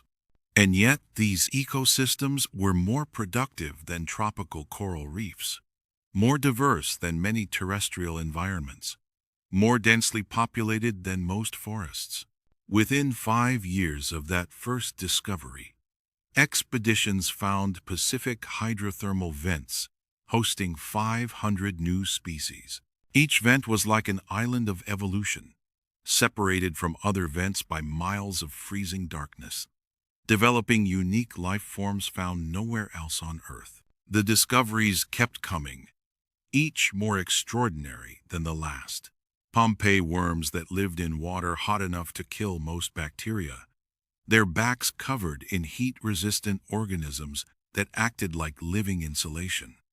Scale worms that secreted a golden fleece of mineral fibers, creating biological armor that protected them from crushing pressure. Ice worms that thrived in methane, seeps where the seafloor was frozen despite being thousands of feet underwater. Zombie worms, discovered much later, that could dissolve whale bones with acid secretions, living inside the skeletons of dead whales that sank to the ocean floor, and provided isolated islands of organic matter in the deep-sea desert. Every dive revealed new forms of life that challenged fundamental assumptions about biology. Life didn't need sunlight. Life didn't need moderate temperatures. Life didn't even need oxygen, as long as there were chemicals to metabolize and energy to extract from molecular bonds. The Pacific Ocean was revealing itself to be not just a habitat for life, but a laboratory where life experimented with every possible survival strategy, every conceivable adaptation to extreme conditions. And this was just the beginning. The deep Pacific contained secrets that would make these discoveries seem like preliminary sketches for a masterpiece of biological innovation that stretched far beyond anything humans had imagined possible. The ocean that ancient navigators had populated with dragon kings was turning out to harbor creatures more fantastic than any mythology, more alien than any science fiction, more innovative than any human technology. The Pacific was about to show explorers that the phrase "life finds a way" wasn't just a hopeful platitude. It was the fundamental operating principle of a universe where consciousness had emerged from chemistry and was constantly finding new ways to organize matter into complexity, awareness, and beauty. Part 4. Warriors of the Abyss. World War II transformed the Pacific Ocean into the largest battlefield in human history, stretching across 64 million square miles of water, where victory didn't depend just on firepower or troop number, but on understanding the ocean itself. For the first time in warfare, the military that could best read the Pacific's hidden layers, invisible boundaries, and secret currents would control not just the surface of the sea, but the three-dimensional battle space that extended from the waves down to the deepest trenches. American submarines were learning to fight a new kind of war, not just against enemy ships sailing on the surface, but against the ocean's own physics, using the Pacific's natural properties as weapons, shields, and highways for a form of warfare that required intimate knowledge of underwater terrain that most surface sailors had never imagined. Picture this. You're in a submarine somewhere in the Pacific, running silent at 200 feet beneath the surface. Above you, Japanese destroyers are dropping depth charges that explode like underwater thunder, each detonation creating shock waves that shake your submarine like a tin can in a washing machine. The lights flicker with each explosion. Instruments jump off their mounts. Men's teeth rattle in their skulls. But your captain isn't diving deeper to escape the bombardment. He's diving to find something invisible that exists only in the ocean's temperature structure. He's looking for a thermocline. A thermocline is a boundary between layers of water at different temperatures, warm water floating on top of cold water, with a sharp transition zone that acts like an underwater mirror. When sonar waves from enemy ships hit this boundary, they bounce upward instead of penetrating deeper, creating an acoustic shadow where submarines can hide as effectively as if they were behind a solid wall. American submarine crews learned to hunt for these thermal layers, like their lives depended on it, because their lives did depend on it. They would descend slowly through the water column, watching their temperature gauges, feeling for that telltale drop that marked the boundary between warm surface water and cold deep water. The Pacific's thermal structure was more complex than anyone had realized before the war, forced submariners to understand it in detail. Surface water heated by tropical sun could extend down 50 feet or 200 feet, depending on wind, currents, and seasonal conditions. Below that, water temperature dropped sharply to near freezing levels that persisted all the way to the ocean floor. But the boundaries weren't uniform. Thermal layers could slope, creating underwater hills and valleys that experienced submarine commanders learned to read like topographic maps. A skilled captain could position his boat in the acoustic shadow of a thermocline, then use the temperature boundary to mask his movement while stalking enemy vessels. Once they found the right depth, American submarines could run submerged for hours, completely invisible to surface sonar. Japanese destroyers would pass directly overhead, their sonar operators hearing nothing but empty water, while submarines tracked their movements and prepared attacks. But the Pacific's acoustic properties were even more complex than its thermal structure. Navy researchers, funded by wartime necessity and unlimited budgets, discovered that sound traveled differently at different depths throughout the Pacific Basin. In the deep sound channel, about 3,000 feet down in most areas, low-frequency noises could travel for thousands of miles without significant attenuation. This was revolutionary. For millions of years, whales had been using this channel to communicate across entire ocean basins, sending calls from Alaska to Hawaii with no more effort than humans use to shout across a room. Their songs traveled through what scientists called the SOFAR channel, sound fixing and ranging, where specific temperature and pressure conditions created a natural waveguide that carried sound farther than anywhere else on Earth. Now humans were learning to use the same phenomenon for military purposes. Underwater listening posts established throughout the Pacific could detect submarines on the opposite side of the ocean. Explosions in one part of the Pacific created sound waves that arrived at listening stations thousands of miles away, allowing military analysts to track enemy movements with unprecedented precision. The Pacific was revealing itself to be not just a body of water, but a three-dimensional communication network that connected every part of its vast expanse. Every submarine engine, every depth charge explosion, every torpedo detonation created acoustic signatures that traveled through the deep sound channel like messages sent through an enormous underwater telegraph system. But the most dramatic demonstration of the Pacific's role as a communication medium came from an unexpected source: nuclear weapons. Between 1946 and 1958, the United States conducted 67 nuclear tests at Bikini Atoll, detonating bombs underwater, on the surface, and in the air above the Pacific. These tests were supposed to demonstrate American military power and investigate the effects of nuclear weapons on naval operations. Instead, they accidentally became the largest oceanographic experiment in history. The radioactive fallout from these bombs created tracers that revealed how Pacific currents actually moved. Scientists could track radioactive cesium, strontium, and other isotopes as they traveled through the ocean. Mapping current patterns that had been invisible before the bombs made them glow with artificial radiation. What they discovered was astounding, and it changed everything scientists thought they knew about how the ocean worked. The Pacific had a circulation system that connected every ocean on Earth. Water near Japan would sink 18,000 feet, crawl along the bottom for centuries, and resurface near Alaska, carrying nutrients that supported half the world's fisheries. This was the Great Pacific Conveyor Belt, a 1,000-year cycle that moved heat, nutrients, and oxygen around the entire planet.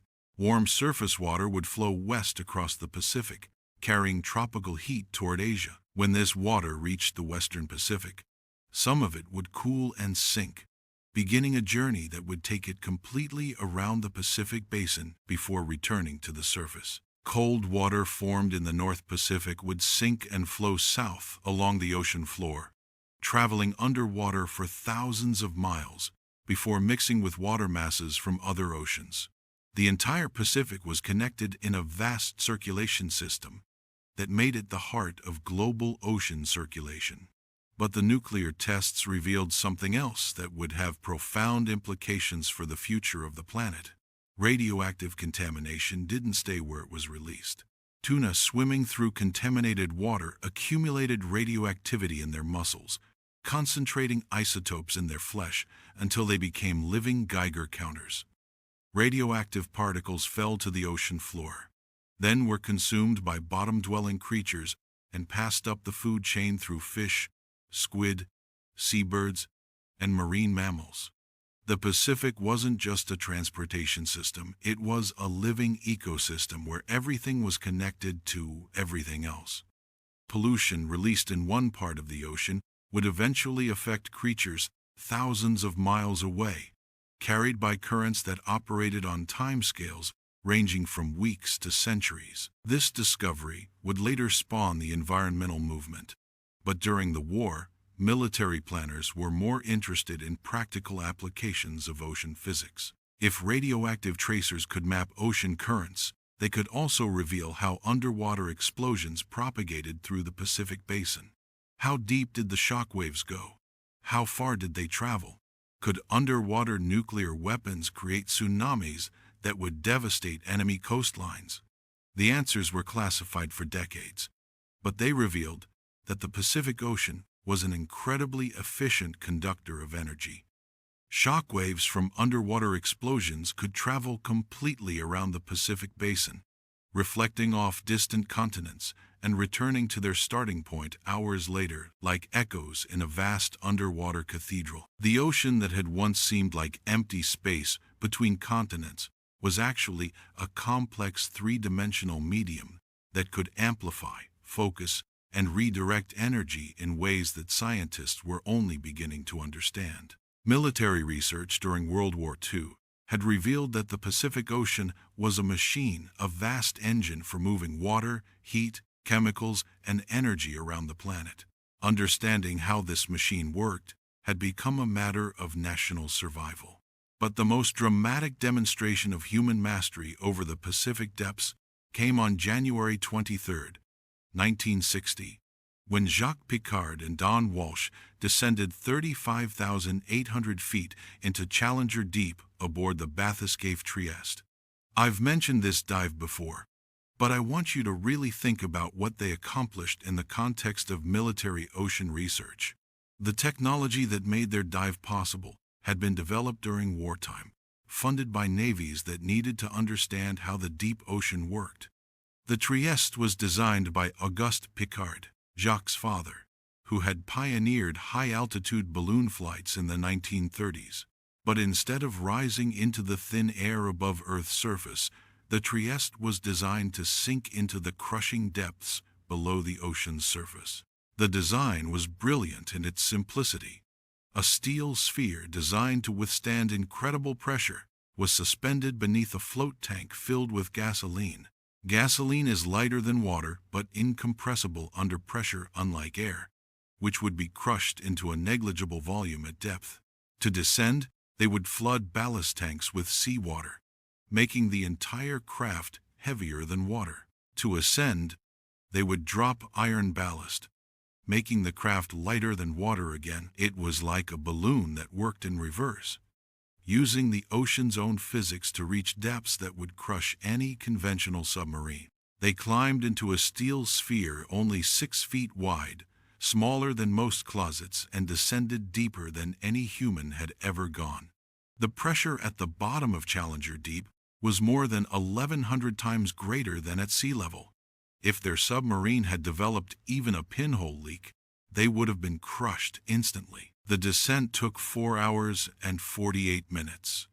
As they sank through the Pacific's layers, they passed through zones that represented different stages in Earth's evolutionary history. The sunlight. The descent took 4 hours and 48 minutes. As they sank through the Pacific's layers, they passed through zones that represented different stages in Earth's evolutionary history.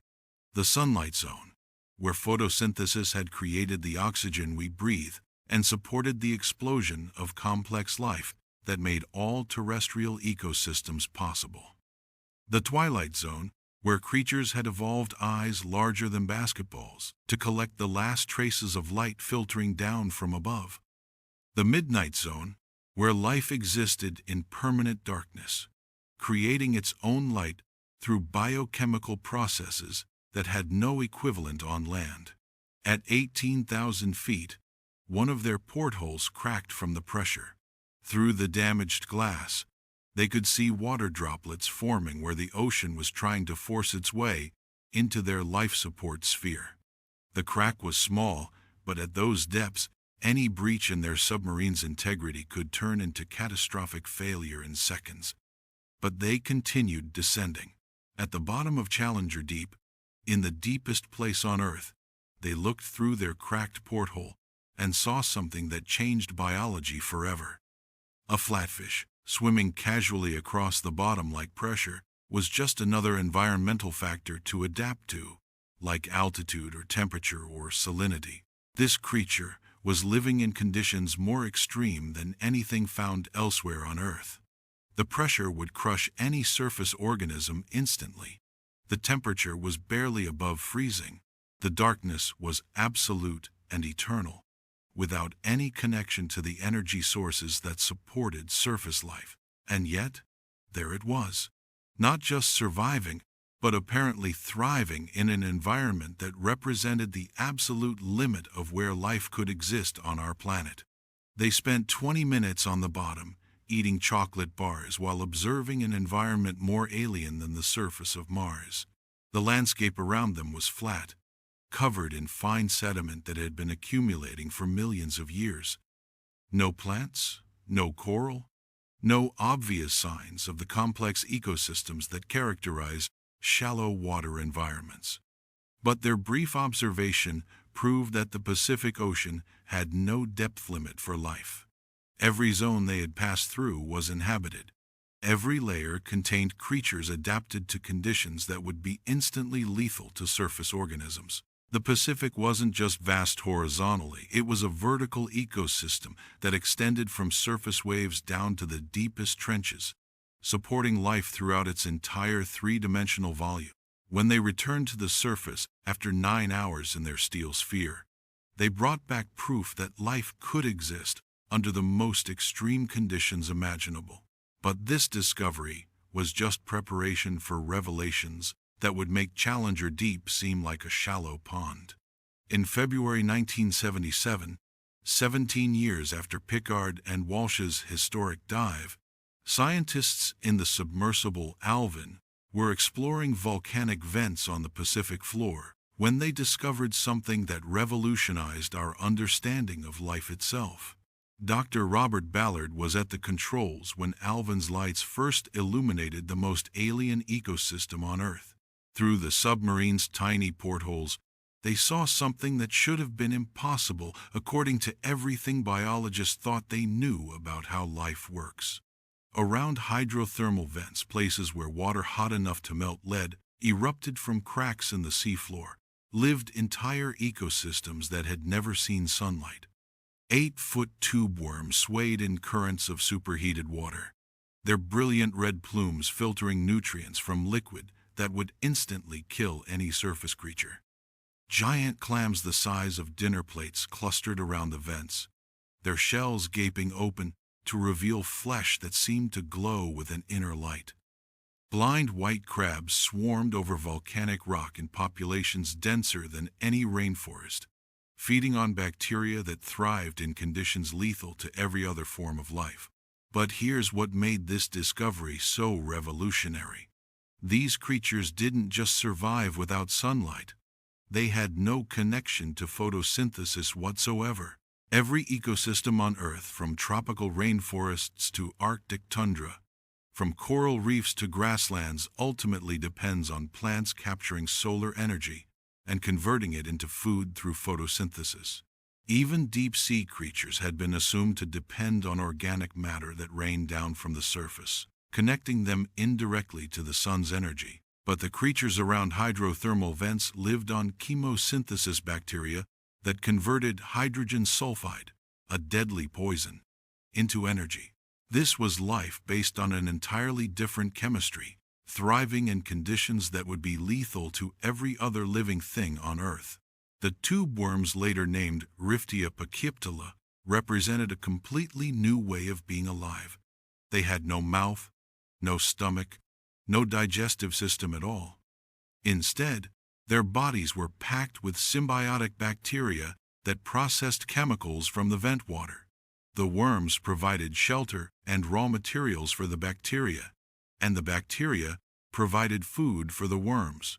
It was a partnership that had evolved in total isolation from the surface world, developing over millions of years in an environment where traditional biology said complex life was impossible.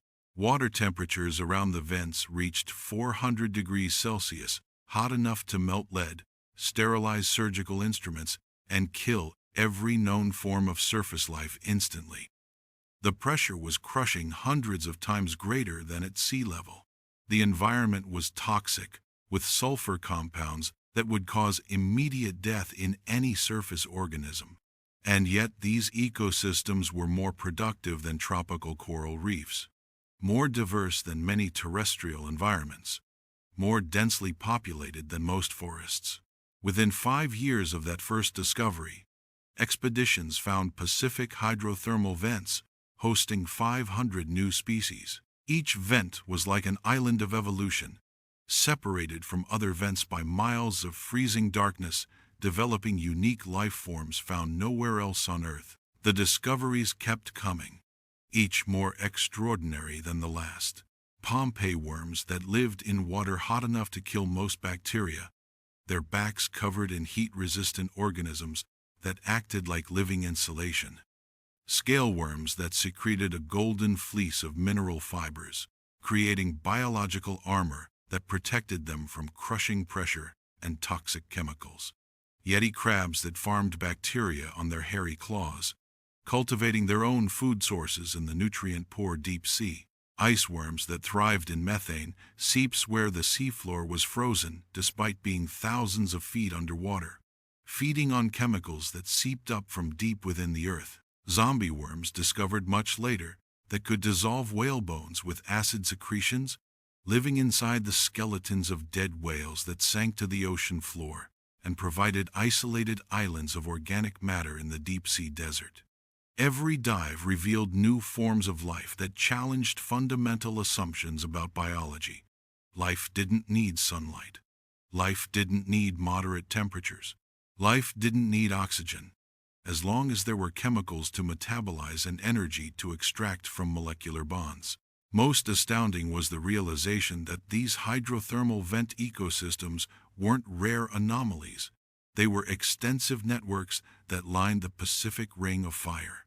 The same volcanic activity that created earthquakes and built island chains was also supporting millions of creatures that had never been touched by sunlight. The Pacific Ocean was revealing itself to be not just a habitat for life, but a laboratory where life experimented with every possible survival strategy, every conceivable adaptation to extreme conditions. But even as scientists were documenting these alien ecosystems in the depths, other researchers were pioneering new techniques for exploring the Pacific's open waters, the vast blue spaces between islands where life existed in 3 dimensions rather than anchored to the seafloor.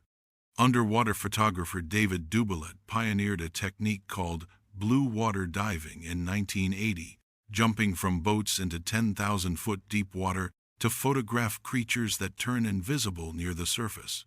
Think about the courage this required. You're floating in water so deep that the bottom is 2 miles straight down, surrounded by creatures that have never seen daylight, trying to photograph animals that are essentially living glass. Blue water diving required perfect buoyancy control, since there were no visual references to indicate depth or direction. Divers would drift in the open ocean like astronauts in space, suspended in blue infinity, while predators and prey moved around them in complex three-dimensional patterns.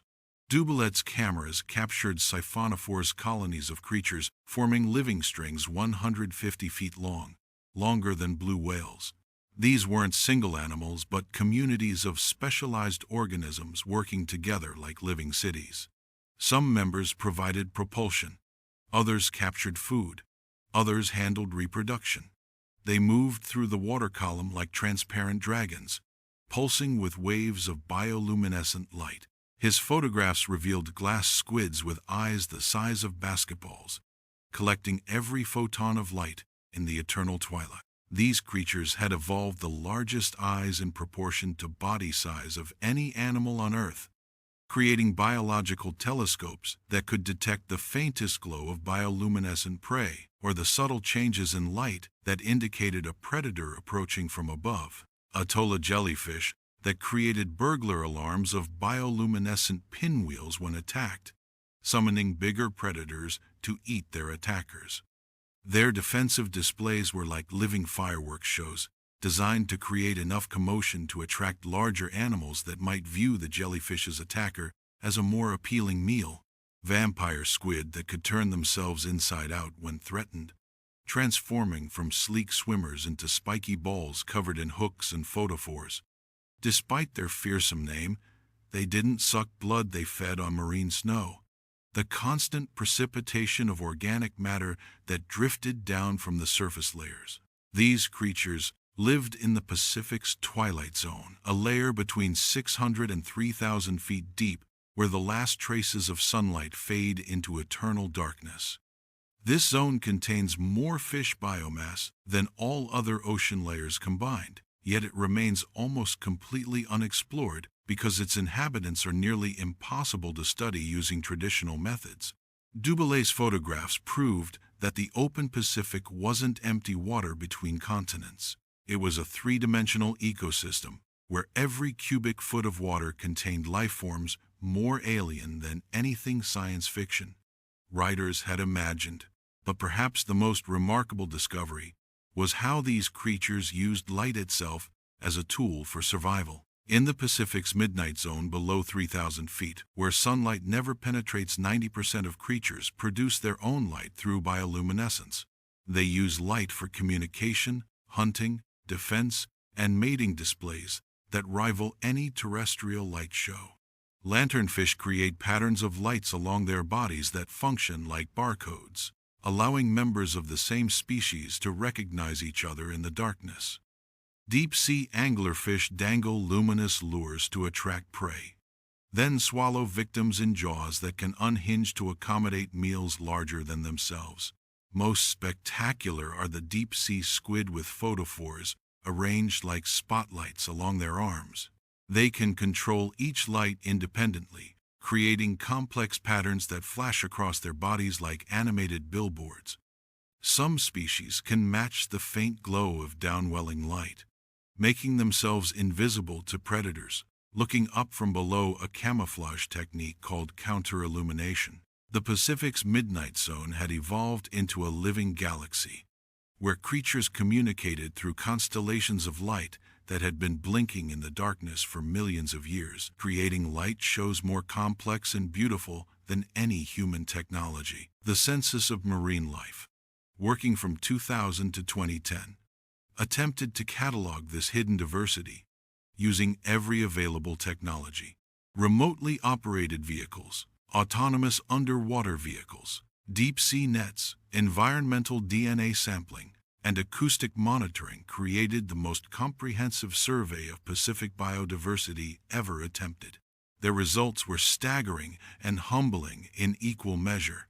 They discovered that the Pacific's twilight zone, the layer between 600 and 3,000 feet deep, contains more fish biomass than all other ocean layers combined. Schools of lanternfish migrate vertically every night, rising to the surface to feed and returning to the depths before dawn. This migration involves billions of fish moving through thousands of feet of water column, the largest migration on Earth, happening every single day. They found glass sponge reefs in the Pacific Northwest that were larger than cities, built by creatures that could live for thousands of years. These sponges filtered millions of gallons of seawater through their bodies every day, creating underwater skyscrapers that provided habitat for countless other species. Most astounding was the microscopic life. 1 cup of Pacific seawater contained 1 million bacteria, 10 million viruses, and genetic material from thousands of species. This invisible ecosystem processed more energy than all terrestrial life combined, producing 70% of the oxygen we breathe while absorbing massive amounts of carbon dioxide from the atmosphere. Phytoplankton, microscopic plants, invisible to the naked eye, formed blooms that could be seen from space, covering areas larger than entire countries. When conditions were right, these blooms exploded across the Pacific, turning the ocean green with photosynthetic activity that could be tracked by satellites. Iron dust, blown from Asian deserts, would fertilize these blooms, triggering explosions of plant growth that produced oxygen and absorbed carbon dioxide on a planetary scale. The Pacific was functioning as Earth's primary life support system, regulating both atmospheric composition and global climate. But the census scientists made another discovery that was equally important. The Pacific's living systems were changing more rapidly than anyone had realized. Ocean acidification from absorbed carbon dioxide was dissolving the shells of creatures that formed the base of marine food webs. Rising temperatures were pushing species toward the poles, disrupting ecosystems that had been stable for thousands of years. Plastic pollution was accumulating in vast gyres where it was being consumed by creatures that had never encountered synthetic materials. Dead zones, areas where pollution had consumed all available oxygen, were expanding throughout the Pacific, creating underwater deserts where complex life could no longer survive.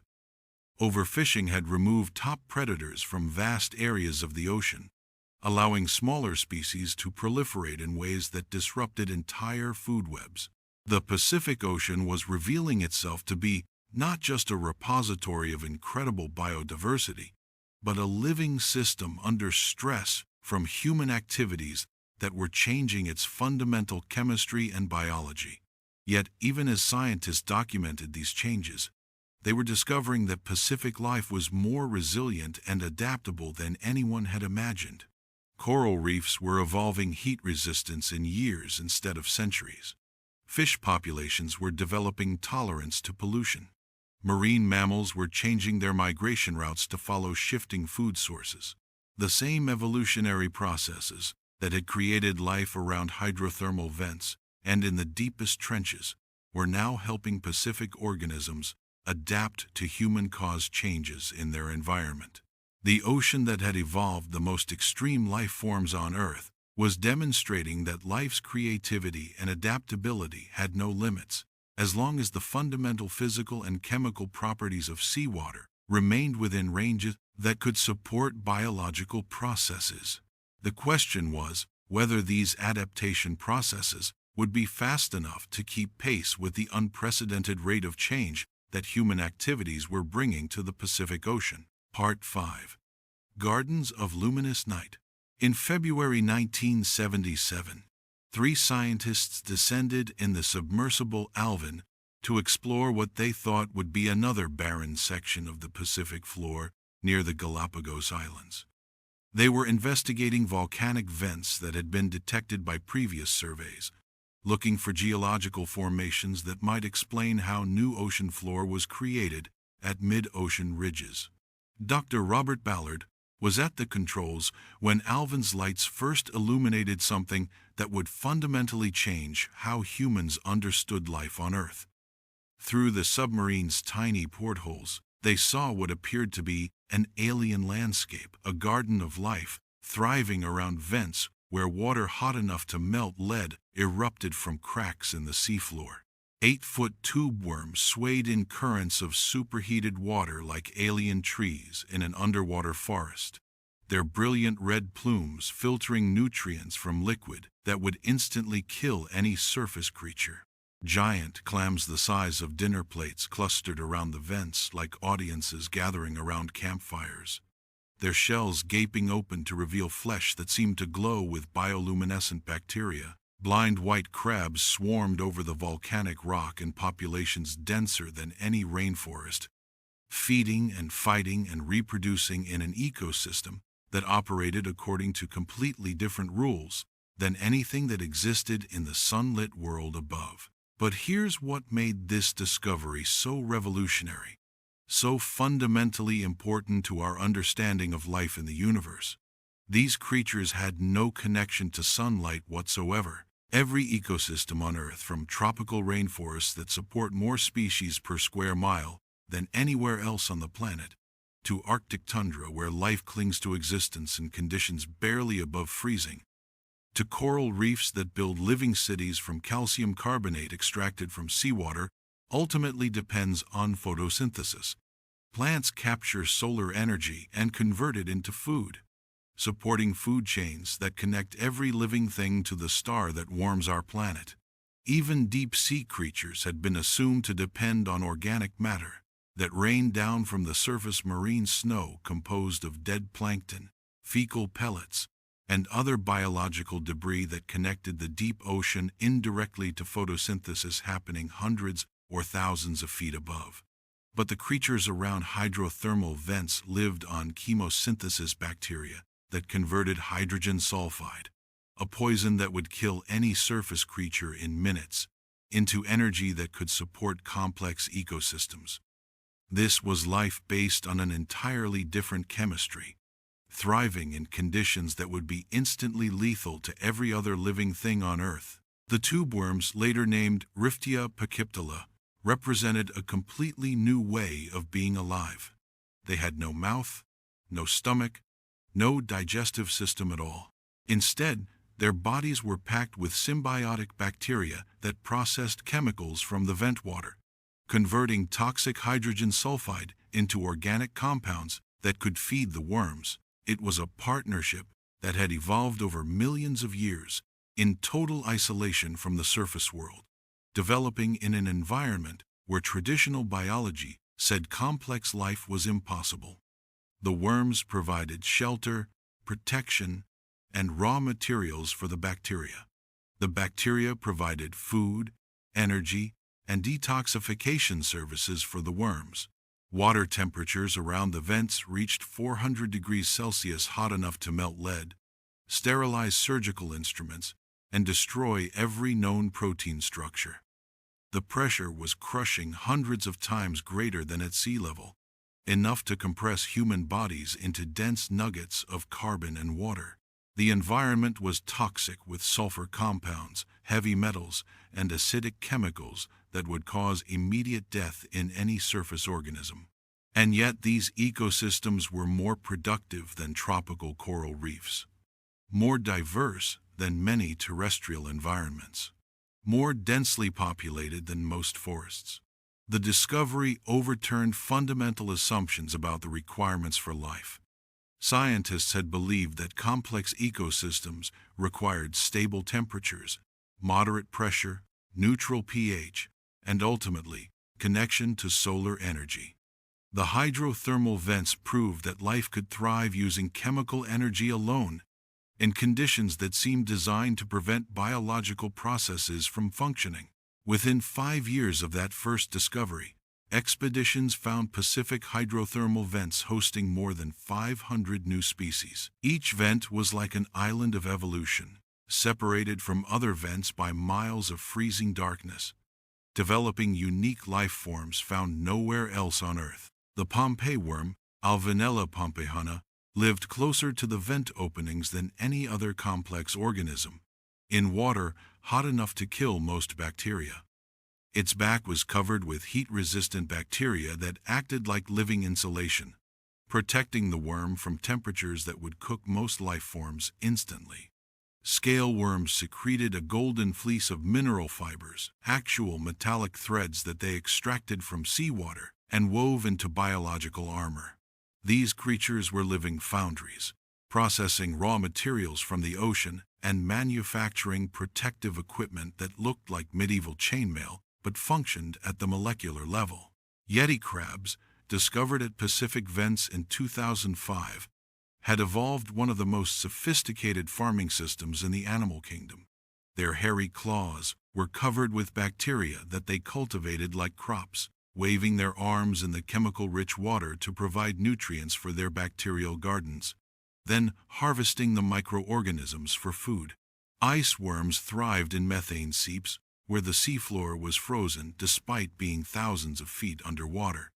These creatures fed on chemicals that seeped up from deep within the earth, living in conditions cold enough to freeze water, but rich enough in energy-bearing molecules to support complex life. But perhaps the most extraordinary discovery came years later: zombie worms that could dissolve whale bones with acid secretions. When a whale dies in the open ocean, its massive carcass sinks to the seafloor, providing an isolated island of organic matter in what is essentially an underwater desert. These whale falls support unique ecosystems that can persist for decades, but the most specialized inhabitants are worms that can actually bore into the bones themselves. Oceanography worms, the zombie worms, secrete acids powerful enough to dissolve calcium phosphate, allowing them to tunnel into whale skeletons and access the lipids stored in bone marrow. They live their entire lives inside these skeletal structures, creating networks of tunnels that eventually turn whale bones into Swiss cheese. The female worms are the size of small snakes, but the males are microscopic, living inside the females' bodies, like internal organs rather than independent animals. It's a reproductive strategy so extreme it challenges the definition of individual organisms. Every hydrothermal vent expedition revealed new forms of life that challenged fundamental assumptions about biology. Life didn't need sunlight. Life didn't need moderate temperatures. Life didn't need oxygen, neutral pH, or any of the conditions that support surface ecosystems. As long as there was chemical energy to extract from molecular bonds, life could find a way to extract it, organize it, and use it to build complex organisms capable of reproduction, growth, and adaptation to environmental change. The Pacific Ring of Fire, the chain of volcanoes and earthquake zones that surrounded the ocean, was lined with these chemosynthetic ecosystems. Thousands of hydrothermal vents supported millions of creatures that had never been touched by sunlight, creating a parallel biosphere as complex and diverse as any terrestrial ecosystem. This discovery had profound implications that extended far beyond marine biology. If life could thrive around Pacific hydrothermal vents, it could potentially exist around similar features throughout the solar system and beyond. Europa, one of Jupiter's moons, has an ocean beneath its ice crust that might harbor hydrothermal activity. Enceladus, orbiting Saturn, shoots geysers of water into space that suggest underground thermal processes. Mars might have had hydrothermal systems when it still had liquid water. The Pacific Ocean had shown scientists that life didn't need Earth-like conditions to flourish. It just needed energy and chemistry resources that might exist throughout the universe, wherever water and heat came together in the presence of rocky materials. But even as scientists were discovering these alien ecosystems in the depths, other researchers were revealing equally extraordinary life in the Pacific's open waters, the vast blue spaces where creatures lived their entire lives, suspended in three-dimensional liquid space. David Dubelet's blue water diving expeditions in the 1980s captured creatures that seemed more like living special effects than actual animals. Floating in 10,000-foot deep water, suspended over abyssal depths with no visual references except the fading blue light filtering down from above, Dubelet photographed the Pacific's most elusive inhabitants. Siphonophores drifted through the water like animated jewelry, their transparent bodies stretching longer than blue whales. But these weren't single creatures, they were colonies, communities of specialized organisms working together as living cities that could stretch for hundreds of feet through the water column. Each siphonophore was composed of dozens or hundreds of individual organisms called zooids, each specialized for specific functions. Some zooids provided propulsion, using coordinated contractions to move the entire colony through the water. Others captured prey, deploying stinging tentacles that could extend for dozens of yards. Still others handled reproduction, digestion, or gas regulation that controlled the colony's buoyancy. They moved through the Pacific's twilight zone like transparent serpents, pulsing with waves of bioluminescent light that traveled along their bodies in coordinated patterns. When disturbed, they could create light displays that were visible for hundreds of yards, living fireworks that warned predators or attracted prey. The vampire squid Vampiroteuthis infernalis, literally vampire squid from hell despite its terrifying name, was actually one of the most sophisticated creatures in the deep Pacific. When threatened, it could turn itself inside out in seconds, transforming from a sleek swimmer into a spiky ball covered in hooks and photophores. Its defensive transformation was like watching biological origami performed at superhuman speed. The squid would pull its arms over its head, exposing rows of sharp spines that normally remained hidden inside its body. At the same time, photophores along its arms would begin flashing in coordinated patterns, designed to startle predators and create the illusion that the squid was much larger than it actually was. But the vampire squid's most remarkable adaptation was its feeding strategy. Unlike other squid that hunt active prey, vampire squid fed on marine snow, the constant precipitation of organic matter that drifted down from the surface layers like underwater blizzards. They had evolved specialized tentacles that could extend far from their bodies and collect particles of organic debris, then reel these feeding tentacles back in and strip off the accumulated food. It was like having extendable fishing lines that allowed them to harvest food from a much larger volume of water than they could reach directly. Atolla jellyfish created one of the most sophisticated alarm systems in nature. When attacked, they would launch a spinning wheel of bioluminescent light, a burglar alarm that lasted for several minutes and could be seen for hundreds of yards underwater. The light show was precisely calibrated to attract larger predators, while the jellyfish escaped in the confusion. It was like pulling a fire alarm during a bank robbery. The goal wasn't to fight off the attacker directly, but to create enough commotion to attract authorities that might deal with the problem. But perhaps the most remarkable discovery was how extensively these creatures used light as a tool for survival in the Pacific's permanent darkness. In the midnight zone below 3,000 feet, where sunlight never penetrates, 90% of creatures produce their own light through bioluminescence. They use light for communication, hunting, defense, and mating displays that rival any terrestrial light show. Lanternfish create patterns of photophores along their bodies that function like barcodes, allowing members of the same species to recognize each other in the darkness. Each species has its own unique pattern of lights, and within species, males and females often have different arrangements that help them identify potential mates.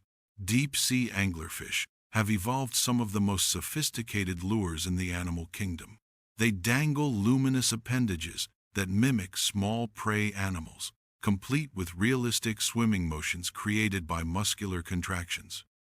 When curious fish approach the lure, the anglerfish can swallow them in jaws that unhinge to accommodate meals larger than the anglerfish's entire body. Most spectacular are the deep-sea squid with photophores arranged like spotlights along their arms and bodies. They can control each light independently, creating complex patterns that flash across their bodies like animated billboards. Some species can produce different colors of light, creating displays that would look at home in Times Square. The most sophisticated bioluminescent camouflage belongs to squid that can match the faint glow of downwelling light. making themselves invisible to predators looking up from below. This technique, called counter-illumination, requires precise control of light intensity and color to match the ambient illumination at different depths and times of day. The Pacific's midnight zone had evolved into a living galaxy, where creatures communicated through constellations of light that had been blinking in the darkness for millions of years. These light shows were more complex and beautiful than any human technology, yet they operated on biological energy budgets that allowed creatures to maintain them continuously throughout their lives. The Census of Marine Life, launched in 2000 with funding from governments and scientific institutions around the world, attempted to catalog this hidden diversity using every available technology. The 10-year project deployed remotely operated vehicles, autonomous underwater vehicles, deep-sea nets, environmental DNA sampling, acoustic monitoring, and satellite tracking to create the most comprehensive survey of Pacific biodiversity ever attempted.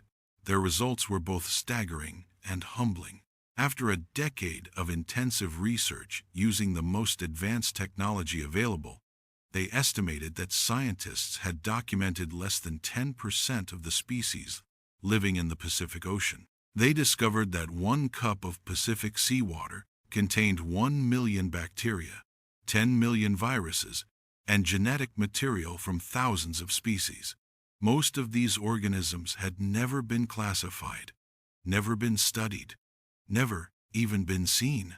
The Pacific was teeming with microscopic life at every scale, from viruses that infected bacteria to bacteria that infected larger organisms to protists that formed the base of food webs spanning entire ocean basins. The invisible ecosystem processed more energy than all terrestrial life combined, producing 70% of the oxygen we breathe, while absorbing massive amounts of carbon dioxide from the atmosphere.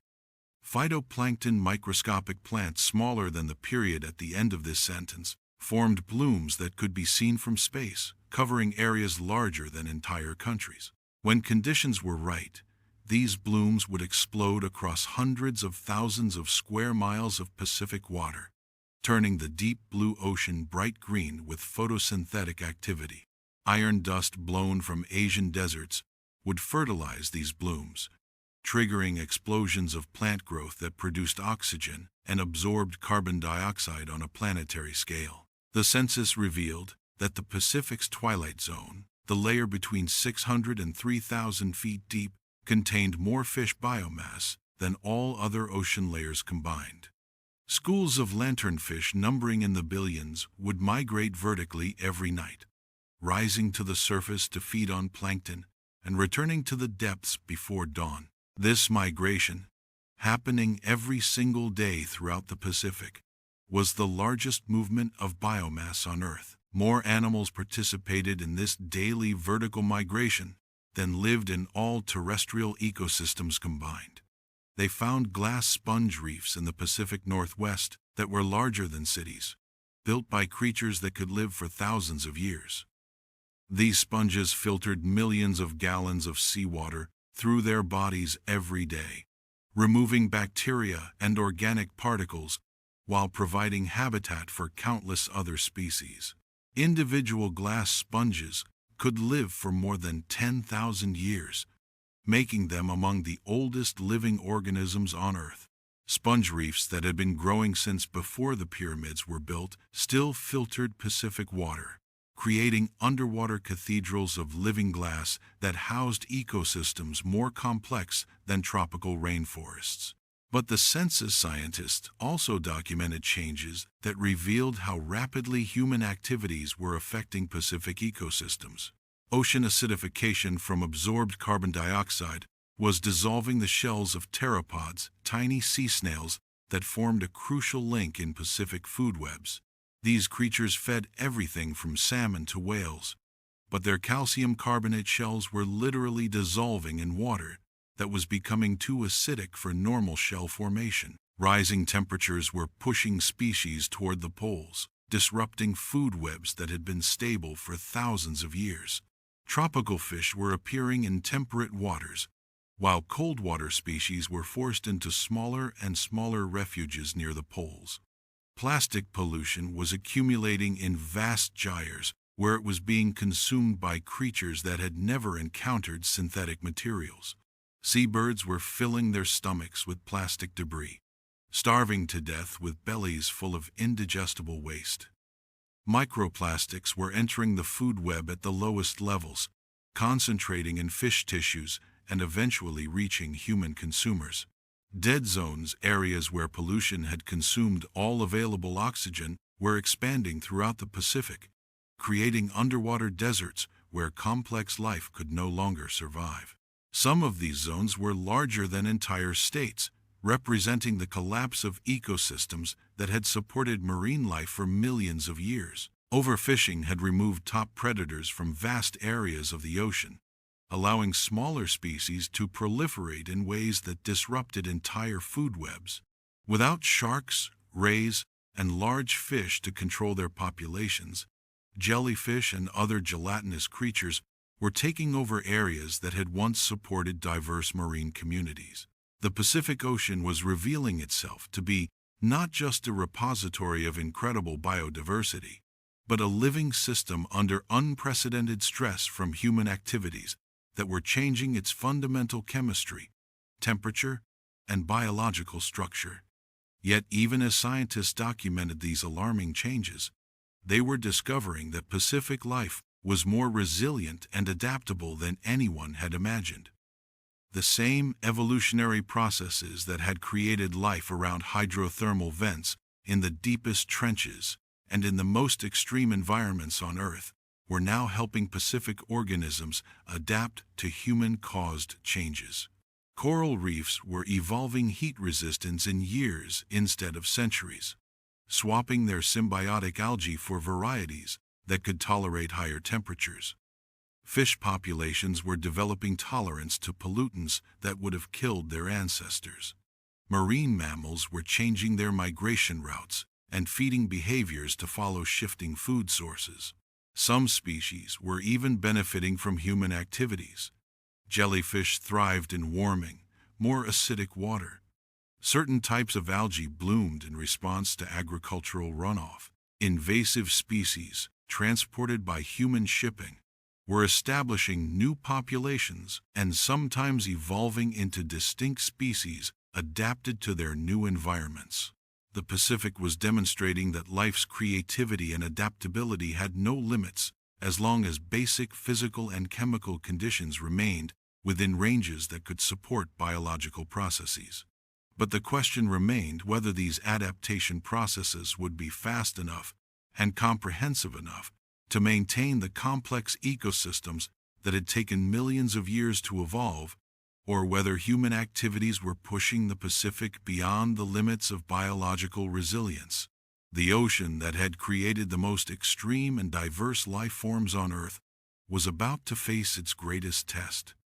Whether the evolutionary processes that had filled every available niche with living creatures could adapt fast enough to survive the most rapid environmental changes in the planet's history. Part 6. Digital Depths and Poison Paradise. The 1990s brought a revolution in ocean science that made previous discoveries look like reading tea leaves compared to modern weather forecasting.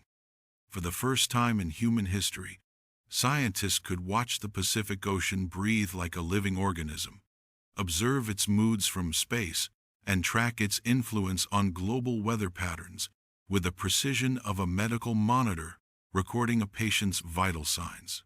Satellites launched beginning in 1992 revealed that the Pacific surface wasn't the flat, stable plane that sailors experienced from sea level.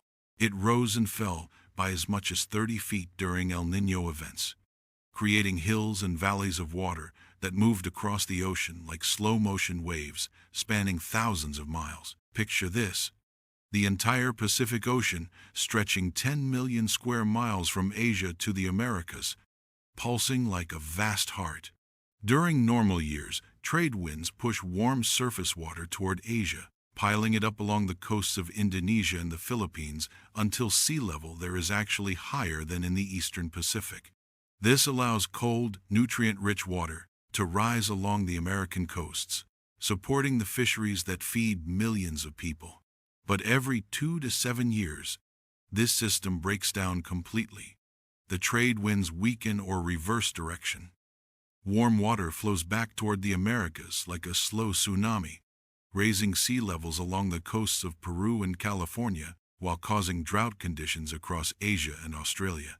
These El Niño events weren't just regional weather anomalies, they were reorganizations of the entire Pacific Basin that affected climate patterns across half the planet. Satellites could track these changes in real time, watching the ocean's surface deform as millions of cubic miles of water shifted from one side of the Pacific to the other. Computer models processing quadrillions of calculations showed that these events weren't random fluctuations, but part of complex cycles influenced by solar radiation, volcanic eruptions, atmospheric pressure patterns, and even wind systems in other ocean basins. The Pacific was responding to forces operating on multiple timescales, some annual, some lasting decades, some spanning centuries. The 1997 El Niño was the first to be tracked in real time by a global network of autonomous buoys, sophisticated instruments that cost more than luxury cars and could operate independently for years without human intervention. These robot sentinels drifted across the Pacific, diving to depths of 2,000 feet to measure temperature, salinity, and current speed, then surfacing to transmit their data via satellite to research centers around the world. The data they collected was unprecedented in both scope and precision. The El Niño raised Pacific temperatures by 4 degrees Celsius across an area larger than North America. It bleached 16% of all coral reefs worldwide, killing living cities that had taken thousands of years to grow. It triggered droughts in Australia that lasted for years, turning vast agricultural regions into dust bowls, while simultaneously flooding Peru with more rain than the region typically receives in an entire decade. 23,000 people died in weather disasters directly linked to that single El Niño event. Hurricanes, typhoons, floods, droughts, heat waves, and cold snaps that could all be traced back to changes in Pacific Ocean temperature that had begun months earlier and thousands of miles away. The Pacific Ocean wasn't just large, it was the planet's climate control system. When the Pacific changed temperature or circulation patterns, the entire world felt the consequences within weeks or months. Weather systems that brought rain to India, snow to Europe, and hurricanes to the Caribbean all depended on conditions in Pacific waters that most people would never see.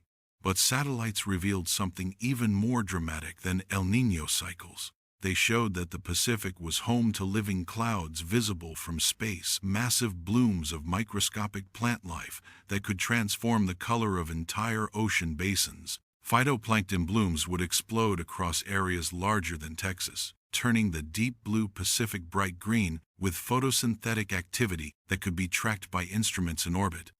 These blooms weren't random events, they followed patterns of ocean circulation, nutrient availability, and seasonal changes that scientists were only beginning to understand.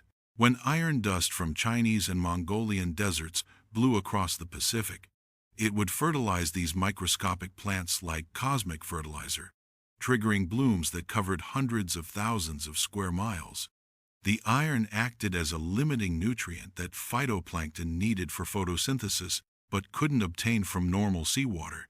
These blooms produced 70% of Earth's oxygen, while absorbing 40% of human carbon dioxide emissions. The Pacific was functioning as Earth's primary air conditioning system, regulating both the composition of the atmosphere and the planet's temperature through biological processes, operating on a scale that dwarfed human technology. Satellite images showed these blooms growing and shrinking like breathing, expanding during favorable conditions and contracting when nutrients were depleted or weather patterns changed. Some blooms would persist for weeks, supporting food webs that fed everything from krill to whales. Others would collapse suddenly when predators arrived or environmental conditions shifted. But the same satellite data that revealed these natural cycles also documented something troubling. The Pacific was changing in ways that had no precedent in the geological record. Ocean pH levels had dropped faster in the past 50 years than at any time in the previous 300,000 years. The Pacific was becoming more acidic as it absorbed increasing amounts of carbon dioxide from the atmosphere, fundamentally altering the chemistry that supported marine life. This acidification was dissolving the shells of creatures that formed the foundation of Pacific food webs. Pteropods, tiny sea snails that fed everything from salmon to whales, were literally dissolving in water that was becoming too acidic for their calcium carbonate shells to remain intact. Laboratory experiments showed that pteropods placed in seawater with the acidity projected for 2050 would lose their shells completely within 48 hours. These creatures were living pH indicators, their survival directly dependent on ocean chemistry that human activities were changing faster than evolution could adapt. The implications were staggering. Pteropods formed such a crucial link in Pacific food webs that their collapse could trigger cascading extinctions throughout the entire ecosystem. Fish that depended on pteropods for food would starve. Seabirds that fed on those fish would abandon their breeding colonies. Marine mammals that required large fish populations would be forced to find new feeding grounds or face population crashes. Autonomous gliders deployed since 2005 provided an even more detailed view of these changes. These torpedo-shaped robots could swim for years without human control, following pre-programmed routes that covered thousands of miles, while diving to depths of 3,000 feet and surfacing to transmit data via satellite. The gliders moved through Pacific waters like mechanical whales, collecting data on temperature, salinity, oxygen levels, chlorophyll concentrations, and current speeds with a precision and persistence that no human crew could match. They could operate in conditions that would be lethal to human researchers through typhoons, in polar ice, during volcanic eruptions that turned seawater acidic and filled with ash. These robots discovered that phytoplankton blooms weren't randomly distributed throughout the Pacific. They followed underwater weather patterns, currents, temperature boundaries, and nutrient upwelling zones that created an invisible landscape beneath the waves. The Pacific had seasons and climate zones just like terrestrial environments, but operating in 3 dimensions instead of 2. More importantly, the gliders revealed how quickly these patterns were changing. Traditional ship-based measurements might sample a location once per year, providing snapshots of conditions that could miss crucial changes happening between visits. Gliders provided continuous data streams that showed how the Pacific responded to storms, seasonal changes, and long-term climate trends in real time. They documented massive die-offs of seabirds when ocean temperature changes disrupted the food chains that supported breeding colonies. Murres, puffins, and other seabirds would abandon their nests by the millions when the fish they depended on moved to deeper, cooler water or migrated to different regions entirely. They tracked toxic algae blooms that killed marine mammals and contaminated seafood along thousands of miles of coastline. These blooms were becoming more frequent and more severe as warming temperatures and changing nutrient patterns created ideal conditions for dangerous species of algae to proliferate. Most alarming, they measured ocean currents that were slowing down as the planet warmed, threatening to shut down circulation patterns that had been stable for thousands of years. The Great Pacific Conveyor Belt, the system of currents that moved heat, nutrients, and oxygen around the entire ocean basin, was weakening as climate change altered the temperature and salinity differences that drove circulation. If these currents stopped completely, the Pacific could become stratified into layers that didn't mix, creating dead zones where oxygen-starved water couldn't support complex life. The ocean that had supported the greatest diversity of life on Earth could become a biological desert within decades. The Pacific was sick, and for the first time in history, humans had the technology to diagnose exactly what was wrong with it. But the same technology that revealed these problems was also making discoveries that offered hope for solutions. Ocean exploration company OceanX deployed submarines equipped with red lights invisible to deep-sea creatures, allowing them to film animals in their natural behavior for the first time without disturbing them. Deep-sea creatures had evolved to detect blue and green light, which penetrated deepest into ocean water, but they couldn't see red wavelengths that were filtered out near the surface. In 2012, OceanX captured the first footage of a giant squid hunting in its natural habitat, the culmination of decades of effort to film the legendary kraken alive and active in deep Pacific waters. The footage revealed that giant squid had evolved the ultimate predator detection system. Their eyes, 11 inches across, the largest in the animal kingdom, could detect the faintest bioluminescent glow of approaching sperm whales from distances of hundreds of yards. When they spotted a whale, they could accelerate from motionless to 30 miles per hour in seconds. Their tentacles, lined with rotating hooks that could slice through whale flesh like living chainsaws. But the whales had evolved countermeasures that were equally impressive. Sperm whales could produce echolocation clicks so loud they could kill prey 30 feet away, biological sonar powerful enough to stun a giant squid before the squid could strike with its tentacles. The clicks registered over 200 decibels, louder than jet engines, focused into beams that could penetrate squid tissue and disrupt their nervous systems. The battles between these titans, taking place 2 miles beneath the Pacific's surface in absolute darkness, were more epic than any monster movie. Giant squid with arm spans exceeding 40 feet would grapple with whales longer than school buses, using hooks, suction cups, and muscular strength that could crush steel cables. Whale carcasses found floating on the surface often bore circular scars from squid suction cups, permanent reminders of battles fought in the abyss. Some scars were more than a foot across, indicating encounters with squid larger than any specimen ever captured by humans.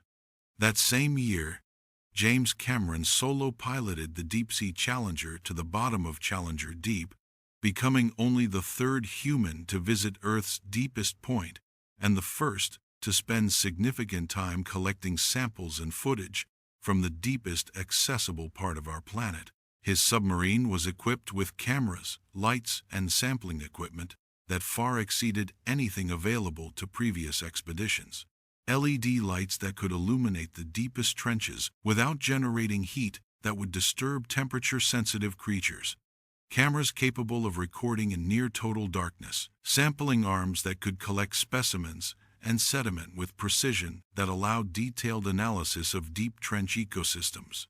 The samples Cameron collected revealed that bacteria living in Earth's deepest trenches contained compounds that could break down oil spills, digest plastic pollution, and produce chemicals that might cure antibiotic-resistant diseases. Life in the Pacific's deepest places wasn't just surviving under impossible conditions, it was producing molecules that could solve some of humanity's greatest challenges. Bacteria from Challenger Deep could metabolize hydrocarbons at pressures and temperatures that would destroy conventional cleanup technologies. They could break down complex organic pollutants into harmless compounds while thriving in conditions that killed every other form of life. Other deep trench bacteria produced antibiotics that were effective against drug-resistant infections that killed thousands of people every year. The pressure and isolation of the deep ocean had forced these organisms to develop chemical defenses more sophisticated than anything in terrestrial environments. Even more remarkable were the genetic discoveries made possible by advances in DNA sequencing technology. Scientists could now identify species from tiny tissue samples or even water samples containing dissolved genetic material environmental DNA that revealed the presence of organisms without requiring their capture or direct observation. Environmental DNA sampling revealed that every drop of Pacific water contained genetic signatures from thousands of species. A single bottle of seawater might contain DNA from whales that had passed through weeks earlier, bacteria that lived at crushing depths thousands of miles away, and plankton that formed the base of food webs spanning entire ocean basins. This technique allowed scientists to map biodiversity without actually capturing or even seeing the creatures they were studying. They could detect rare species, track migration patterns, and monitor ecosystem health from genetic traces dissolved in the water like biological fingerprints. The results were astounding. The Pacific contained genetic diversity that exceeded all terrestrial ecosystems combined. Every environmental DNA sample revealed species that had never been classified, genetic lineages that represented millions of years of independent evolution, and ecological relationships that connected organisms across vast distances and depth ranges. New species were being discovered faster than they could be named and classified. Every genetic sampling expedition revealed entire branches of the tree of life that had been completely unknown to science. The Pacific was a living library of biological innovation that contained solutions to problems humans hadn't even learned to ask yet. But perhaps the most important discovery was how rapidly this diversity was being lost. Genetic monitoring showed that species were disappearing from Pacific ecosystems at rates comparable to the mass extinction events preserved in Earth's geological record. Rising temperatures, ocean acidification, pollution, and habitat destruction were eliminating species faster than scientists could study them. Some genetic lineages that had survived ice ages, volcanic eruptions, and asteroid impacts were being wiped out by changes that had occurred within a single human lifetime. The Pacific was losing biological complexity that had taken millions of years to evolve, replacing diverse ecosystems with simplified communities dominated by a few species that could tolerate rapidly changing conditions. Yet, the same genetic techniques that documented these losses also revealed the Pacific's incredible capacity for adaptation and resilience.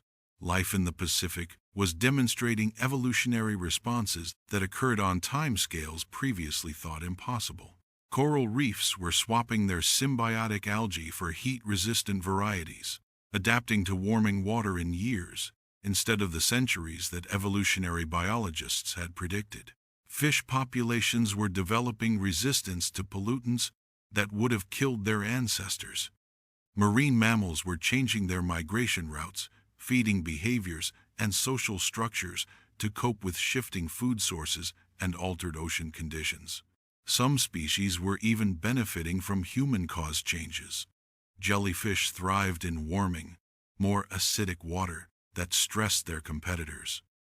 Certain types of algae bloomed in response to agricultural runoff, creating new food sources for organisms that could tolerate their toxic byproducts. Invasive species transported by human shipping were establishing new populations and sometimes evolving into distinct species adapted to their new environments within decades of their introduction.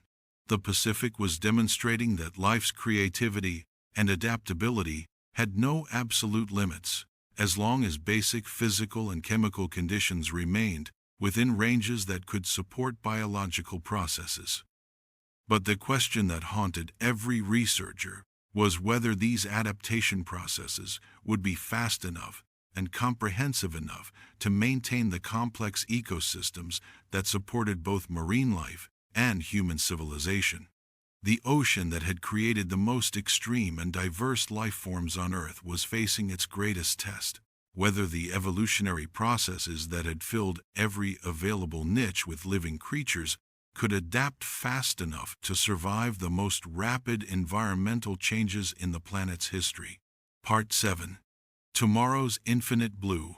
Right now, as you listen to this, mining robots are being designed and tested in laboratories around the world to harvest treasures from the Pacific floor that make Spanish silver fleets look like children collecting pocket change. The Clarion-Clipperton Zone, an area of deep ocean between Hawaii and Mexico, larger than the continental United States, contains potato-sized nodules holding more cobalt than all known land reserves, enough nickel to supply humanity for centuries, and rare earth metals essential for every electronic device that powers modern civilization. The Metals Company, a Canadian corporation with backing from governments and tech giants around the world, plans to begin commercial harvesting by 2025. Their plan involves deploying machines that look like underwater combines, scraping across areas of seafloor the size of small countries to collect nodules that have been growing for millions of years at roughly the pace that fingernails grow. These nodules form through processes that scientists still don't fully understand. Metals dissolved in seawater precipitate around tiny cores, shark teeth, whale bones, fragments of volcanic rock accumulating layer by layer over geological time. A nodule the size of a potato might be 5 million years old, its growth rings recording changes in ocean chemistry that predate human civilization. But here's what makes this prospect so controversial, so potentially catastrophic from an ecological perspective. These nodules don't just sit on empty seafloor like rocks in a desert. They're habitat for creatures that exist nowhere else on Earth.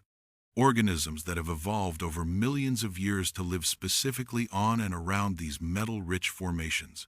Xenophyophores, single-celled organisms larger than dinner plates, build their bodies around these nodules, creating structures that provide shelter for countless smaller creatures. These aren't simple bacteria, but complex cells with internal architecture more sophisticated than most multicellular organisms. They can live for thousands of years, growing slowly and accumulating materials from the surrounding water. Glass sponges grow on the nodule fields, their silicon skeletons forming underwater gardens that filter millions of gallons of seawater while providing habitat for entire ecosystems. These sponges can live for more than 10,000 years, making them among the oldest living things on Earth.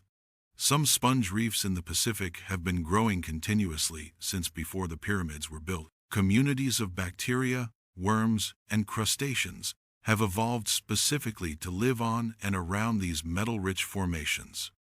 Many species have never been seen anywhere else, and scientists estimate that 90% of deep-sea nodule field species haven't even been discovered yet. Mining these deposits could destroy ecosystems that took millions of years to develop, creating sediment plumes that would smother life across thousands of square miles.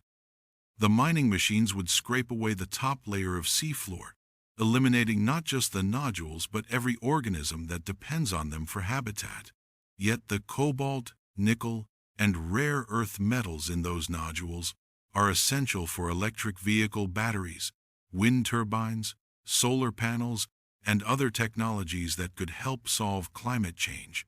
The Pacific is forcing humanity to make an impossible choice: destroy unique deep-sea ecosystems to obtain materials needed to save terrestrial ecosystems from global warming. But the same ocean depths that harbor these mining treasures also contain organisms that might make the choice unnecessary.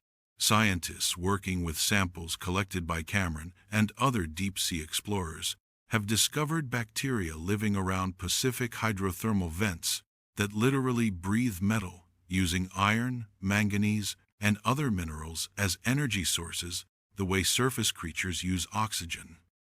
These organisms represent a completely different approach to energy metabolism, one that could revolutionize how humans extract resources from the environment. Other bacteria found in Pacific trenches produce electricity as a byproduct of their metabolism, creating living fuel cells that could power underwater installations. These organisms generate electrical current while consuming organic waste, creating closed-loop systems where pollution becomes fuel. Genetic engineers are working to modify these organisms, creating biological systems that could extract valuable metals from seawater without disturbing seafloor ecosystems. Instead of mining nodules, future technology might use genetically modified bacteria to harvest metals directly from dissolved minerals in the water column. Living factories that would float in Pacific waters, processing seawater to extract cobalt, nickel, and rare earth elements while actually enhancing marine biodiversity instead of destroying it. These biological systems could operate for decades without human intervention, slowly concentrating metals from vast volumes of seawater while providing habitat for marine life. The Pacific's deepest trenches might become sources of both materials and energy, supporting human civilization while maintaining the alien ecosystems that have thrived there for millions of years.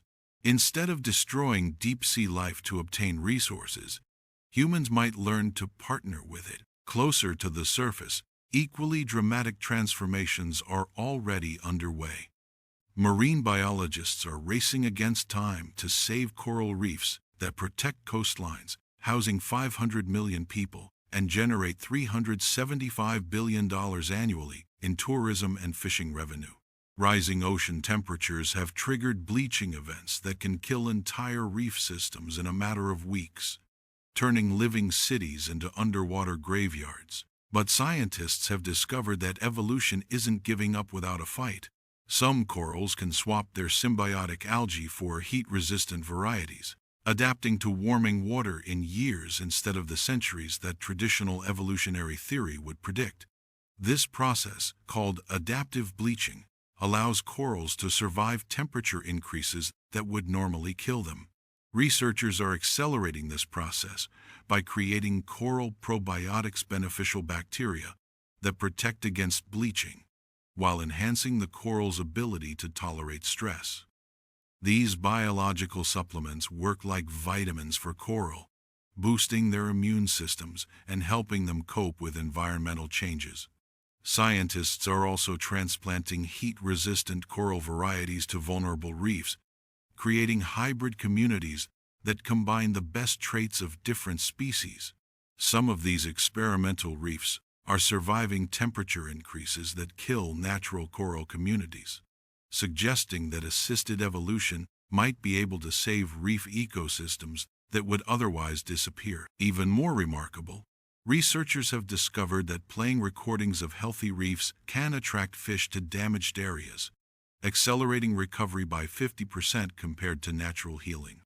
The sounds of snapping shrimp, grunting fish, and clicking sea urchins create acoustic landscapes that guide marine life back to restoration sites. Coral larvae use sound to navigate towards suitable habitat, following audio cues that indicate the presence of healthy reef communities. By broadcasting these sounds from underwater speakers, scientists can trick larvae into settling on damaged reefs that they would otherwise avoid. The Pacific's reefs are becoming testing grounds for assisted evolution human intervention, designed to help natural systems adapt to rapidly changing conditions. Instead of just protecting existing ecosystems, scientists are learning to guide evolutionary processes, creating hybrid communities that combine natural resilience with human engineering. This approach might be the only way to save ecosystems that are changing faster than natural adaptation can occur. Climate change is creating conditions that have no precedent in recent evolutionary history, forcing scientists to become partners in evolutionary processes rather than just observers of them. Floating cities designed by companies like Oceanography could be anchored in Pacific waters by 2040, housing 10,000 people each in communities that rise and fall with sea levels like artificial islands, designed to coexist with ocean processes rather than resist them. These platforms would harvest energy from waves, wind, and solar radiation, converting the Pacific's natural forces into electricity that could power everything from desalination plants to data centers. Wave energy converters would extract power from the constant motion of the ocean surface, generating clean electricity 24 hours a day. Underwater farms would grow food in the ocean depths, using LED lights to support photosynthesis in pressurized growing chambers that could produce more food per square foot than traditional agriculture. Kelp forests cultivated around the city platforms would absorb carbon dioxide while producing oxygen, creating underwater gardens that enhanced marine ecosystems while supporting human communities. The cities would mine drinking water directly from the air, using solar-powered atmospheric water generators, producing fresh water without depleting groundwater or requiring energy-intensive desalination. Waste heat from the cities would power deep-sea research stations exploring the ocean's most remote regions. Residents would commute through underwater tunnels with transparent walls, traveling past windows that showed migrating whales, schools of tuna, and bioluminescent displays that rival any terrestrial light show. These cities wouldn't just coexist with Pacific ecosystems, they would be designed to enhance them. Artificial reefs built into the platform's foundations would provide habitat for fish and coral while protecting the structures from wave damage. The cities would function as artificial islands that supported both human communities and marine life, creating hybrid ecosystems where technology and biology work together. But perhaps the most ambitious project involves rewilding the Pacific itself, using genetic engineering and synthetic biology to repair damage that humans have caused to ocean ecosystems. Scientists predict that by 2050, gene-edited organisms will clean plastic pollution from the ocean, breaking down synthetic polymers into harmless compounds that can be metabolized by natural bacteria. Engineered algae will absorb excess carbon dioxide, helping reverse ocean acidification, while producing biomass that can be harvested for food and fuel. Modified coral will resist bleaching while growing faster to keep pace with rising sea levels. These supercorals will combine the best traits of different species, creating reef communities that are more resilient than anything that exists in nature. Genetically modified fish will clean up pollution while serving as living sensors that monitor ocean health. These organisms will carry genes that allow them to detect and neutralize specific pollutants, while transmitting data about water quality to satellite networks that track ecosystem health in real time. These interventions won't replace natural ecosystems, they'll enhance them, creating hybrid environments where human technology works in partnership with evolutionary processes that have been refining life for billions of years. Artificial intelligence, managing swarms of synchronized submarines, will map every canyon, catalog every species, and monitor every current in the Pacific. Machine learning algorithms will predict El Niño events years in advance, allowing coastal communities to prepare for climate changes that once arrived without warning. Autonomous underwater vehicles will patrol the Pacific continuously, collecting data on temperature, chemistry, and biological activity with sensors more sensitive than anything available today. These robots will form a nervous system for the ocean, detecting changes and threats before they become crises. Underwater hotels will dot the Pacific, their transparent domes offering guests views of deep-sea life that previous generations could only imagine. Visitors will watch giant squid hunt in their natural habitat, observe whale songs propagating through deep sound channels, and witness bioluminescent displays that turn the midnight zone into a living aurora. These hotels will be research stations as well as tourist destinations, supporting scientific expeditions while generating revenue that funds ocean exploration. Guests will participate in citizen science projects, helping researchers catalog biodiversity and monitor ecosystem health while experiencing the Pacific's wonders firsthand. But the most profound change will be in how humans understand their relationship with the ocean. For most of history, the Pacific was either a barrier to cross or a resource to exploit. Ancient navigators saw it as a realm of gods and monsters. Treasure fleets treated it as a highway for wealth extraction. Naval forces used it as a battlefield for geopolitical conflicts. Now it's becoming recognized as a partner in maintaining planetary systems that support all life on Earth. The Pacific produces most of the oxygen we breathe through photosynthetic plankton that convert carbon dioxide into organic matter. It absorbs much of the carbon dioxide we emit, helping moderate climate change while becoming more acidic in the process.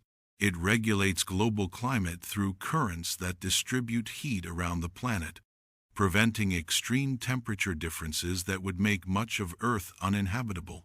Most importantly, it harbors genetic resources that could cure diseases, produce new materials, and solve energy problems that threaten human civilization. The deep Pacific contains organisms that produce chemicals more complex than anything human technology can synthesize, materials stronger than steel, and energy systems more efficient than any human engineering. But perhaps the most important discovery is that the Pacific demonstrates life's infinite creativity and resilience. From the crushing depths of oceanic trenches to the acidic waters around volcanic vents, from the permanent darkness of the midnight zone to the extreme pressure of the deepest trenches, life has found ways to thrive under conditions once thought impossible. The Pacific has become proof that life is more adaptable, more innovative, and more persistent than humans ever imagined. Every creature in its depths represents a successful solution to the fundamental problem of existence in a hostile universe. The ocean that once terrified ancient mariners with stories of dragon kings has revealed itself to be something far more remarkable, a living system of unimaginable complexity that has been conducting the greatest experiment in the universe, the experiment of life itself. For 4.5 billion years, the Pacific has been testing new forms of life, new survival strategies, new ways of organizing matter into consciousness. Every creature in its depths represents a successful solution to challenges that would destroy most organisms, a proof that life can overcome any obstacle if given enough time and evolutionary pressure. Now humans are becoming conscious participants in that experiment. We're learning to read the Pacific's chemical signals, to understand its circulation patterns, to predict its climate cycles with unprecedented precision. We're developing technologies that work with oceanic processes instead of against them, creating systems that enhance rather than degrade marine ecosystems. We're beginning to see ourselves not as conquerors of the ocean, but as collaborators in a planetary system that supports all life. The Pacific is teaching us that the future of human civilization depends on learning to work with natural systems rather than trying to dominate them. The Pacific Ocean covers 1/3 of our planet's surface and contains more than half of all the free water in the universe. It's the largest, deepest, most complex ecosystem in the known cosmos. And after centuries of exploration, we've barely begun to understand what lives beneath its waves. Every dive reveals new species that challenge our understanding of what's possible in biology.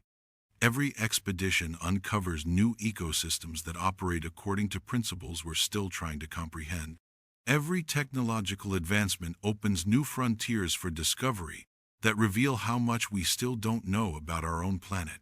The Pacific remains as vast and mysterious today as it was to ancient Polynesian navigators reading wave patterns with their bodies, or to Chinese admirals charting currents with mathematical precision, or to Spanish treasure fleets crossing an ocean they never fully understood.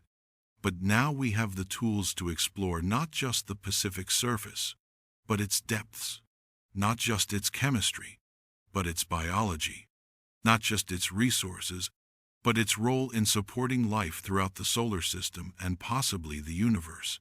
The Pacific Ocean isn't just Earth's largest feature, it's a laboratory where the fundamental processes of life, chemistry, and planetary evolution continue to unfold on scales that dwarf human comprehension, and we've only just begun to explore it. The dragon kings that ancient Chinese observers imagined in the depths weren't mythological after all. They were real, vast, patient, immensely powerful forces that control weather, climate, and the very chemistry of life. We just call them by different names now: thermohaline circulation, biogeochemical cycles, tectonic processes, evolutionary adaptation. The Pacific Ocean remains what it has always been: the most alien, most complex, most life-giving system on our planet. The difference is that now we're finally developing the technology and wisdom to explore it without destroying it, to learn from it without depleting it, to become part of it without dominating it. The greatest adventure in human history isn't reaching other planets, it's learning to truly understand the ocean that covers our own. And that adventure is just beginning.